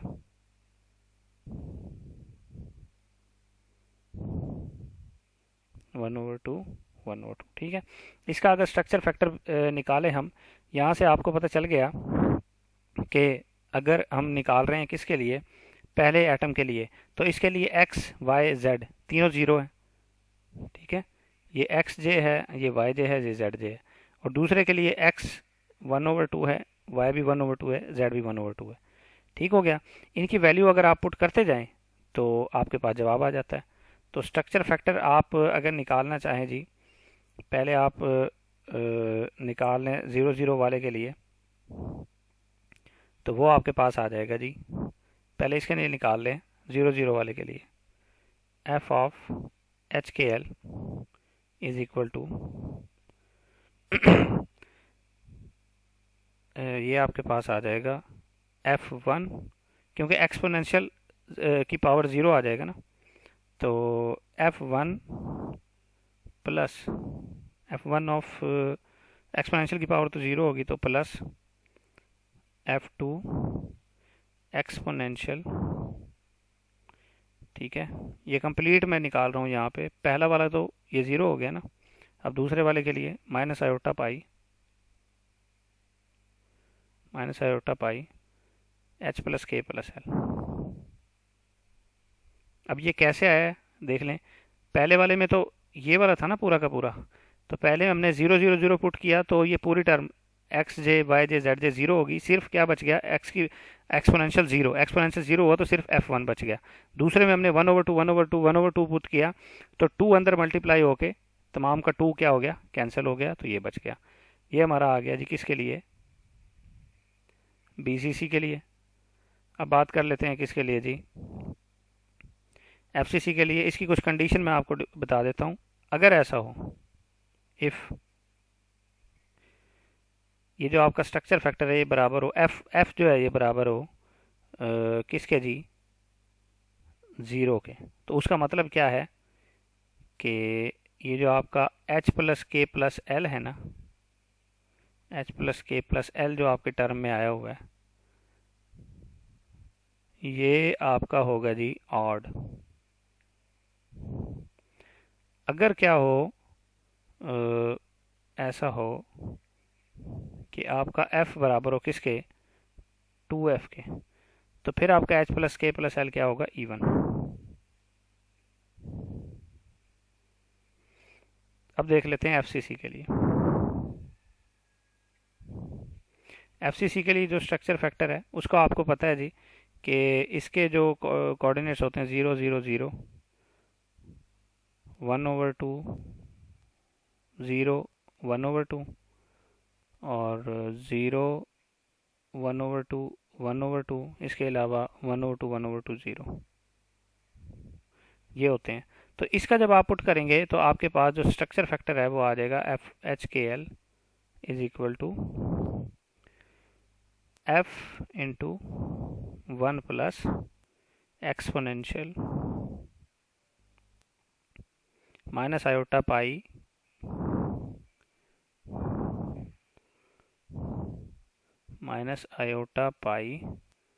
के प्लस एल, ये ब्रैकेट है और ब्रैकेट के अंदर फिर एक और ब्रैकेट है के प्लस एल, ठीक है। ये ब्रैकेट, ये वाली ब्रैकेट यहाँ पे बंद होगी, प्लस एक्सपोनेंशियल, क्योंकि काफ़ी सारी टर्म्स है ना ये, माइनस आयोटा पाई और bracket H plus L, bracket बंद, फिर प्लस एक्सपोनेंशियल माइनस आयोटा पाई और यहाँ पे H प्लस के, ये ब्रैकेट एक बंद हुई और ये उसके ऊपर दूसरी ब्रैकेट बंद होगी और ये फाइनल ब्रैकेट भी बंद होगी। तो ये है स्ट्रक्चर फैक्टर फॉर FCC। अब इसकी चंद एक कंडीशन डिस्कस कर लेते हैं। कंडीशन क्या है जी, अगर तमाम इंडेसेस इवन हो, ऑल इंडेसेस क्या हो, इवन हो, H प्लस के एच के एल क्या हो, इवन हो, तो फिर क्या होगा, जो आपका F है वो बराबर आएगा 4F के, ठीक है जी। नेक्स्ट कंडीशन ये है कि अगर एक इंटीजर इवन हो और बाकी दो इंटीजर ऑड हो, ठीक है।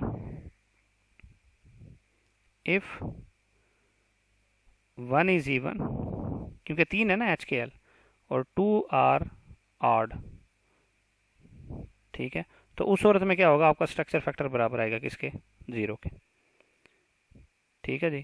तो ये चीज़ आपने याद रख लेनी है।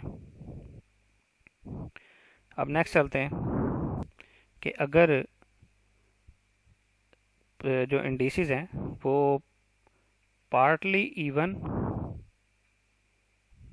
एंड पार्टली ऑड हों, मतलब आधे इवन और आधे क्या हों, ऑड हों हमेशा, तो नो रिफ्लेक्शन, कोई रिफ्लेक्शन होगी, यानी आपकी ब्रैक कंडीशन सेटिस्फाई नहीं होगी और 0 जवाब आएगा।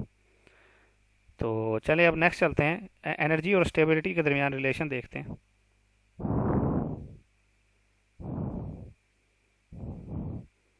रिलेशन बिटवीन एनर्जी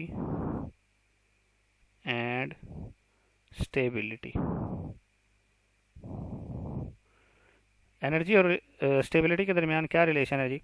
आप ये देखते हैं कि एटम जो है वो एक दूसरे से ख़ास डिस्टेंस पे होते हैं और इनकी एनर्जी जो है वो उसकी कोई ख़ास अरेंजमेंट नहीं होती। ठीक है, जब हम उनको क्या करते हैं, बहुत ज़्यादा करीब लेके आते हैं उनके क्रिस्टल बनाने के लिए, तो उनकी एनर्जी क्या होती जाती है, डिक्रीज होती जाती है। ठीक है, तो फ़र्ज कर लें पहले एनर्जी क्या थी, E1, जब एटम फार अपार्ट थे।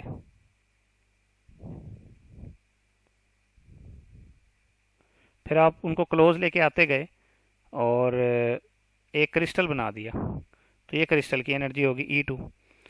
ठीक है, तो यानी उसकी एनर्जी क्या होगी, डिक्रीज हो गई। तो E2 जो है वो लेस देन होगी E1 से, यानी जब वो फार अपार्ट होंगे तब एटम की एनर्जी ज़्यादा थी, जब उनको क्रिस्टल बना दिया तो उनकी एनर्जी कम होगी। तो यहाँ पे आप ये देख रहे हैं कि एनर्जी तो कम होगी लेकिन स्टेबिलिटी ज़्यादा होगी, क्योंकि वो करीब आ गए एक दूसरे के और क्रिस्टल बना लिया। तो एनर्जी जब डिक्रीज करेगी तब स्टेबिलिटी इंक्रीज करेगी, स्ट्रक्चर जो है वो ज़्यादा स्टेबल होता जाएगा और वाइस वर्सा। इसी तरीके से जब एटम की काइनेटिक एनर्जी डिक्रीज करेगी तो स्टेबिलिटी क्या करेगी जी, इंक्रीज करेगी। इसी तरीके से अगर आप बात करें पोटेंशियल एनर्जी की, तो उस टाइम पोटेंशियल एनर्जी क्या कर रही होगी, इंक्रीज कर रही होगी। तो पोटेंशियल एनर्जी के लिहाज से देखें तो पोटेंशियल एनर्जी इंक्रीज करेगी तो स्टेबिलिटी इंक्रीज करेगी। ठीक हो गया, तो वो नेगेटिव होती है, पोटेंशियल एनर्जी जो है वो नेगेटिव होती है। अब बात कर लेते हैं कोहेसिव एनर्जी की।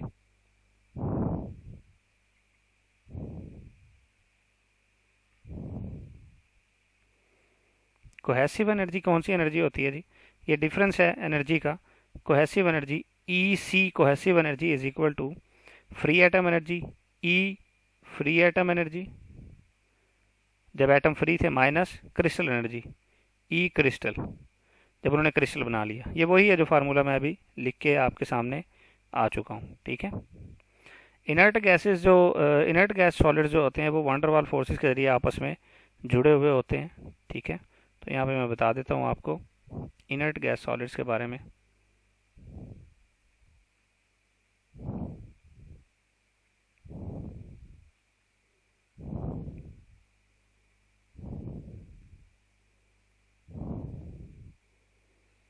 ठीक है, ये वो सॉलिड हैं कि थ्योरेटिकली तो ये क्रिस्टल नहीं बनाते क्योंकि इनके वैलेंस शेल जो है वो कंप्लीट होते हैं, लेकिन एक्सपेरिमेंटली ये क्रिस्टल बनाते हैं किसकी वजह से जी, due to van der Waal forces.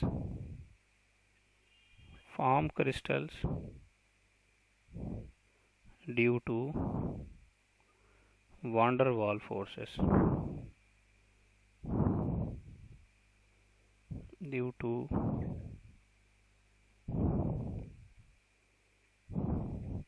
वंडरवाल्स forces. ठीक है, तो ये वंडरवाल फोर्सेस की वजह से आपस में मिलके क्या बना लेते हैं जी, क्रिस्टल्स बना लेते हैं। ठीक है, तो उनके दरमियान जो है वो एक अट्रैक्टिव फोर्स होती है कोई से भी दो डाइपोल्स के दरमियान, वो जो अट्रैक्टिव फोर्स होती है बेसिकली वो क्या होती है जी, U of r minus c over r की पावर 6। ठीक है, ये अट्रैक्टिव फोर्स है इसलिए माइनस है। ठीक है, अब इलेक्ट्रॉन्स की ओवरलैपिंग की वजह से क्या होता है, उसमें रिपल्सिव फोर्सेस भी होती है जब वो करीब आ रहे होते हैं एक दूसरे के। तो यहाँ पे मैं आर की जगह लिख देता हूँ ए, क्योंकि ये अट्रैक्टिव फोर्सेज है ना। अब कुछ रिपल्सिव फोर्सेस भी होती हैं जब वो करीब आ जाते हैं इलेक्ट्रॉन की ओवरलैपिंग की वजह से, तो वो होती है जी बी ओवर आर की पावर 12। ठीक हो गया। अब बात यह है कि जो टोटल एनर्जी होती है उसका हम रिलेशन जो है वो पहले भी देख चुके हैं। यू टोटल एनर्जी बराबर होती है lambda exponential exponential minus r over rho, ये होता है एनर्जी का रिलेशन। तो यहाँ से आपकी जो टोटल एनर्जी है वो आ जाती है जी, यहाँ पे मैं लिख देता हूँ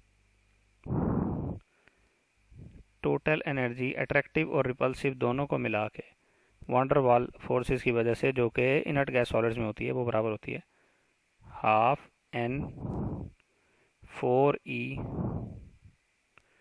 into sigma over rho i j r की पावर 1/2 नहीं बल्कि 12 आर की पावर, इस पूरे की पावर आप कर दें 12 minus sigma over rho i j r की पावर 6। तो इसमें दोनों टर्म शामिल है, ये अट्रैक्टिव है और ये क्या है जी, रिपल्सिव है। ठीक है, तो अब बात कर लेते हैं लेनर्ड जोन्स पोटेंशियल की।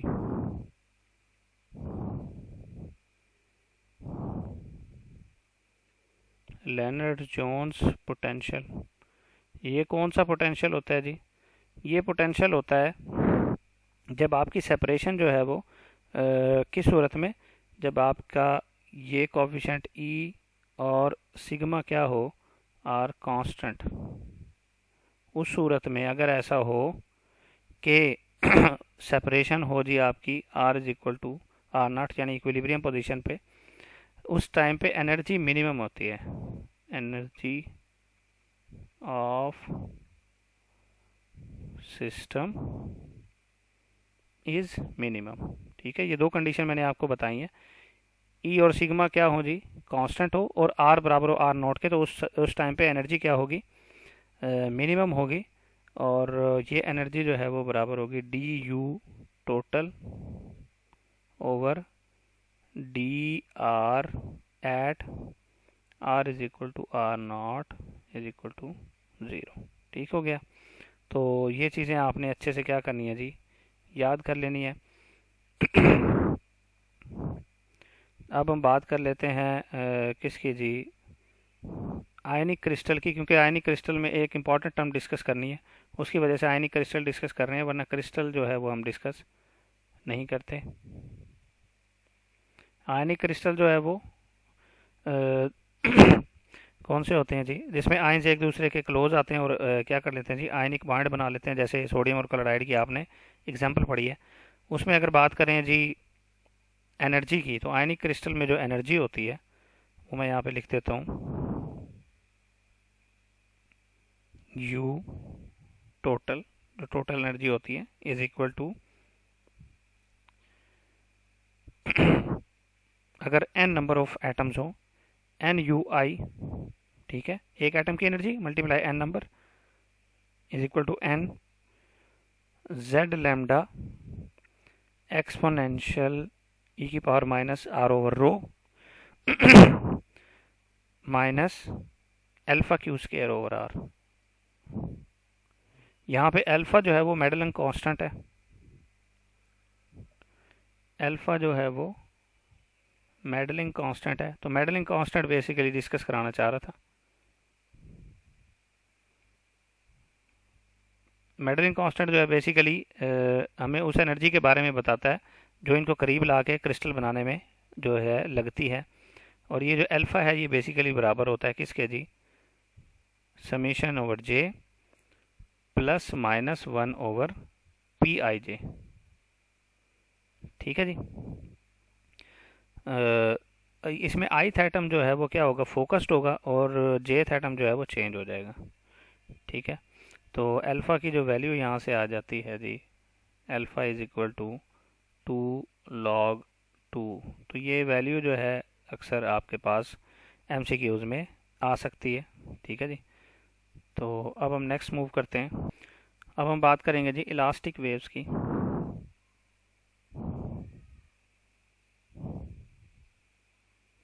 इलास्टिक वेव्स कौन सी वेव्स होती हैं? ठीक है। अ, अ, वो वेव्स जो कि प्लेन में ट्रैवल करती हैं इलास्टिक वेव्स कहलाती हैं। ठीक है।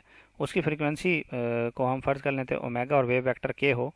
तो ये जो फोनोन्स हैं बेसिकली ये इलास्टिक वेव से एसोसिएट करते हैं। Phonons are associated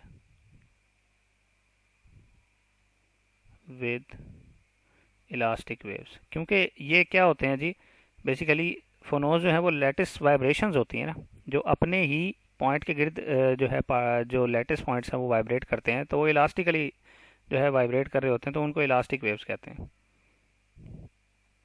फोनोन्स are associated with elastic waves. ठीक है। फ़र्ज़ कर लें उनकी फ्रीक्वेंसी जो है वो ओमेगा है, उनका वेव वेक्टर जो है वो के है। ठीक है। अब बात कर लेते हैं इलेक्ट्रोमैग्नेटिक वेव्स की। इलेक्ट्रोमैग्नेटिक वेव्स कौन सी होती हैं? जो कि प्लेन पे हम इंसिडेंट करते हैं, और इनकी फ्रीक्वेंसी जो है वो एफ होती है और वेव लेंथ जो है वो लैम्डा होती है। ये इलेक्ट्रोमैग्नेटिक वेव फोटोन से रिलेट करती हैं। इलास्टिक वेव फोनोन से और इलेक्ट्रोमैग्नेटिक वेव जो है वो एसोसिएटेड विद फोटोन्स।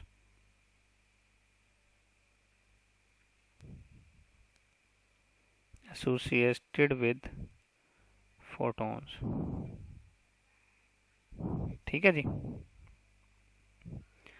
तो फोटोन्स बेसिकली क्या होता है, इन दोनों के दरमियान इंटरेक्शन भी होता है। There is an interaction between photon and phonons. ठीक है। तो वो हमें डिस्पर्शन रिलेशन में हमें पता चलता है। तो बात कर लेते हैं डिस्पर्शन रिलेशन की।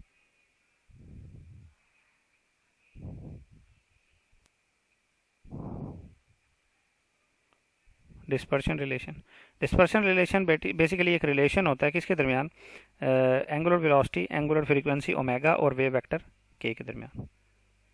ठीक है जी। तो relation between angular frequency omega and क्या है जी, वेव नंबर के। ठीक है। तो के जो है वो वेव नंबर है, बाकी एंगुलर फ्रीक्वेंसी का आपको पता है, वेव नंबर का मैं लिख देता हूँ यहाँ पे। ठीक हो गया। तो ये जो है आपका क्या होता है जी, डिस्पर्शन रिलेशन होता है। और डिस्पर्शन रिलेशन जो है वो क्या होगा जी, omega square is equal to 2/m p is greater than 0 cp 1 माइनस cos p के a। तो के और ओमेगा के दरमियान क्या है जी, यहाँ पे रिलेशन आ गया। वैसे ओमेगा के दरमियान जो रिलेशन होता है, omega is equal to nu over k. ठीक है। तो यहाँ से ये एक रिलेशन वेलोसिटी और वेव नंबर के साथ जो है इसका ओमेगा का बन गया। तो ओमेगा जो है आप सिंपली ओमेगा लिख सकते, ये तो हमने ओमेगा स्केयर लिख दिया है ना, तो यहीं से अगर ओमेगा की बात करें तो ओमेगा जो है वो बराबर होगा, omega is equal to 4c1/m into sine k a/2। ये सारे फार्मूलाज आपको याद करने पड़ेंगे। ठीक हो गया। अब अगर डिस्पर्शन रिलेशन की ग्राफिकल रिप्रेजेंटेशन देखें तो वो कैसी होगी। ग्राफिकली देख रहे हैं डिस्पर्शन रिलेशन को, तो ये देखें ब्रिलियन जोन की बाउंड्री पे क्या होता है जी, ये देखें कुछ इस तरीके से बनता है ग्राफ। ठीक है जी। ये वाला जो पॉइंट है यहाँ पे जो है वो एंगल जो है ये -π/a, और यहाँ पे क्या है जी, π/a। ये ओमेगा स्केयर और के दरमियान जो है वो ग्राफ है। और ये जो पॉइंट्स हैं इन पे स्लोप क्या है जी, ज़ीरो है। तो आपका डिस्पर्शन रिलेशन इन पॉइंट पे क्या होता है, जोन बाउंड्री पे ज़ीरो होता है। ठीक है, at values of k is equal to pi by a and minus pi by a, dispersion relation is 0।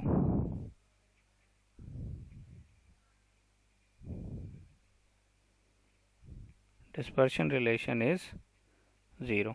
ठीक है, तो अब बात कर लेते हैं जी नेक्स्ट ग्रुप वेलोसिटी और फेज वेलोसिटी की। फेज वेलोसिटी, पहले फेज वेलोसिटी की बात कर लेते हैं, फिर ग्रुप वेलोसिटी की करेंगे।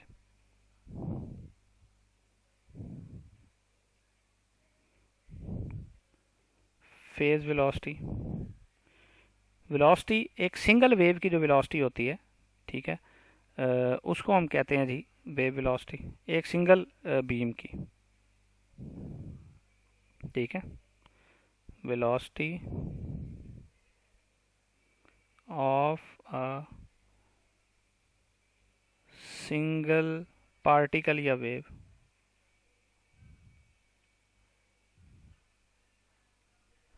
ठीक है, इसको कहते हैं जी फेस वेलोसिटी। ये बराबर होती है v is equal to v p is equal to omega over k. ठीक हो गया। और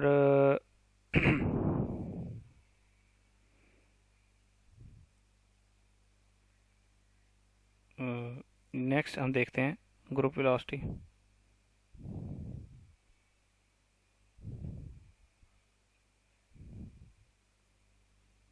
ग्रुप वेलोसिटी जो है वो बेसिकली ग्रुप ऑफ वेव की वेलोसिटी है, और ग्रुप ऑफ वेव को हम कहते हैं energy. Velocity of energy travel, वो है group of velocity of wave travel, ये है ग्रुप ऑफ एनर्जी ट्रैवल। ठीक है, तो ये हम लिख सकते हैं v g is equal to d omega over d k. यहाँ से आप ये वाला फार्मूला जो है वो थोड़ा सा चेंज कर लें। ये फार्मूला है omega is equal to nu k. ठीक है, अब नेक्स्ट हम मूव करते हैं अपने नेक्स्ट टॉपिक पे, कि अगर वेवलेंथ जो है वो बहुत ज़्यादा हो वेव की, ठीक है, फॉर लॉन्ग वेवलेंथ,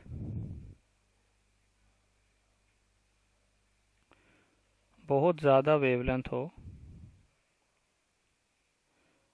ठीक है जी, यानी when lambda is for greater than zero, तो उस सूरत में क्या होगा, तो आपका जो k is equal to 2 pi by lambda है, ठीक है, तो वो क्या हो जाएगा आपका, तो वेव नंबर जो है आपका वो इतना हो जाएगा कि आपकी डिस्क्रीटनेस जो है वो डिसअपेयर हो जाएगी।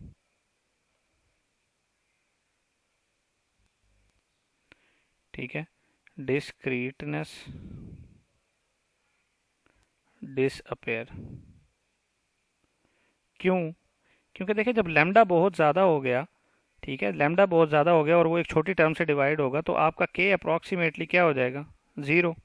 जब के अप्रॉक्सीमेटली ज़ीरो हो गया यानी वेव नंबर जो है वो आपका अप्रॉक्सीमेटली क्या हो गया, ज़ीरो। तो आप वेव की डिस्क्रीटनेस को आइडेंटिफाई नहीं कर सकते, तो इसको हम कहते हैं कॉन्टिन्यूम लिमिट। कॉन्टिन्यूम लिमिट कहते हैं इसको। ठीक है जी, तो ये चीज़ें आपने याद रखनी है। तो डिस्पर्शन रिलेशन के थ्रू ही हमें दो तरह के फोनोन्स जो है यहाँ पे मिलते हैं। एक होते हैं जी ऑप्टिकल फोनोन्स, दूसरे होते हैं एकोस्टिकल फोनोन्स। ऑप्टिकल फोनोन्स जो होते हैं वो बेसिकली इलेक्ट्रोमैग्नेटिक वेव से ताल्लुक़ रखते हैं। ठीक है, और उनके लिए जो डिस्पर्शन रिलेशन होता है वो होता है omega square is equal to 2c into 1/m1 plus 1/m2। ठीक है, तो इनका जो ऑप्टिकल फोनोन्स होते हैं इनका सेंटर ऑफ मास फिक्स्ड होता है, यानी ये इस तमाम एक ही पॉइंट की तरफ मूव कर रहे होते हैं। Centre of mass is fixed. इनका सेंटर ऑफ मास क्या होता है जी? फिक्स्ड होता है। नेक्स्ट इनके बारे में जो बात है, ये इंडिपेंडेंट ऑफ वेव नंबर यानी के पे डिपेंड नहीं करता इनका डिस्पर्शन रिलेशन। और ये कौन सी हैं जी? बेसिकली ये हैं इलेक्ट्रोमैग्नेटिक वेव्स हैं, ये जो ऑप्टिकल फोनोन्स है, ठीक है। और ये एक दूसरे से जो हैं pi degree out of phase होते हैं।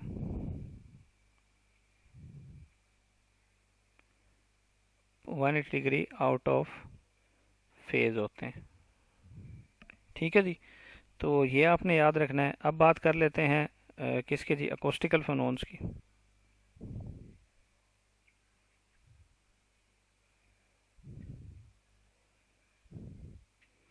अकोस्टिकल फोनोन्स जो हैं वो साउंड वेव से ताल्लुक़ रखते हैं।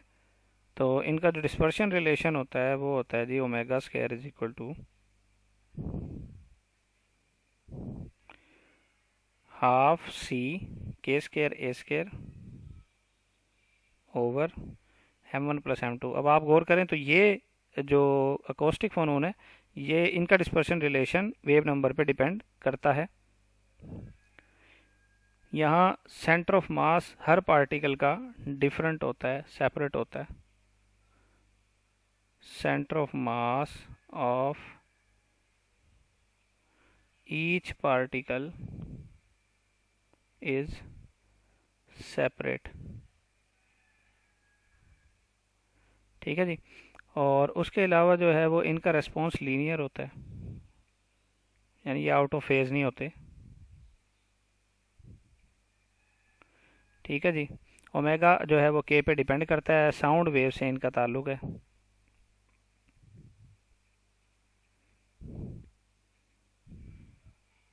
और इसमें जो पार्टिकल्स होते हैं वो इन फेज मूव करते हैं, आउट ऑफ फेज नहीं होते, ठीक है जी। अब नेक्स्ट हम बात करते हैं जी इफ़ेक्टिव मास की।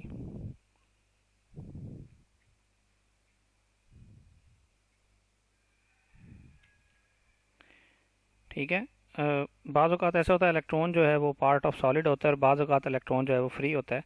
तो इफ़ेक्टिव मास जो है वो डिफरेंट होता है, मास different for different cases. Different मतलब कि केसेस के लिए डिफरेंट मास होता है। तो यहाँ पे हम लिख सकते हैं जो आपका मास होता है m is equal to h cut square over partial square e over partial k square, ठीक हो गया। और यहाँ पे जो है इफ़ेक्टिव मास का जो है ग्राफ है एनर्जी और वेव नंबर के दरमियान। तो ये है बेसिक रेस्पॉन्स, ठीक है। और यहाँ पे उसका ग्राफ है। ये जो रीजन है ये कहलाता है जी फॉल रीजन। और इस फॉल रीजन में क्या होता है, आपका जो मास है वो नेगेटिव होता है for energy fall region. For energy fall region mass is negative, ठीक है। तो ये चीज़ें आपने याद रख लेनी है। अब हम बात करेंगे वेव इक्वेशन, और वेव इक्वेशन के बाद हम सीधे जाएंगे किस पे जी? हीट कैपेसिटी पे। तो पहले जी हम देख लेते हैं वेव इक्वेशन को। वेव इक्वेशन की मैं आपको यहाँ पे इक्वेशन लिख दूंगा, उसके बाद हम हीट कैपेसिटी पे जाएंगे और उसके लॉज पढ़ेंगे।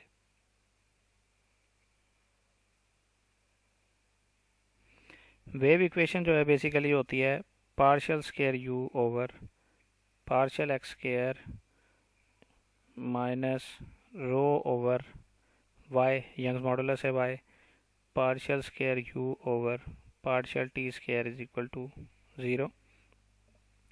अब ये जो इक्वेशन है बेसिकली ये इलास्टिक वेव के लिए है इक्वेशन, और ये इक्वेशन ऑफ मोशन कहलाती है, ठीक है। और इसका जो सोल्यूशन है वो होता है u इज इक्वल टू ए ई की power iota Q x minus omega T. ये इसका जी सोल्यूशन है। तो ये हमारा SSP1 का जो है फर्स्ट पोर्शन है। अब चूंकि वीडियो काफ़ी लंबी हो चुकी है तो नेक्स्ट पोर्शन जो है इसका वो नेक्स्ट वीडियो में डिस्कस करेंगे इंशाल्लाह। अल्लाह हाफ़िज़।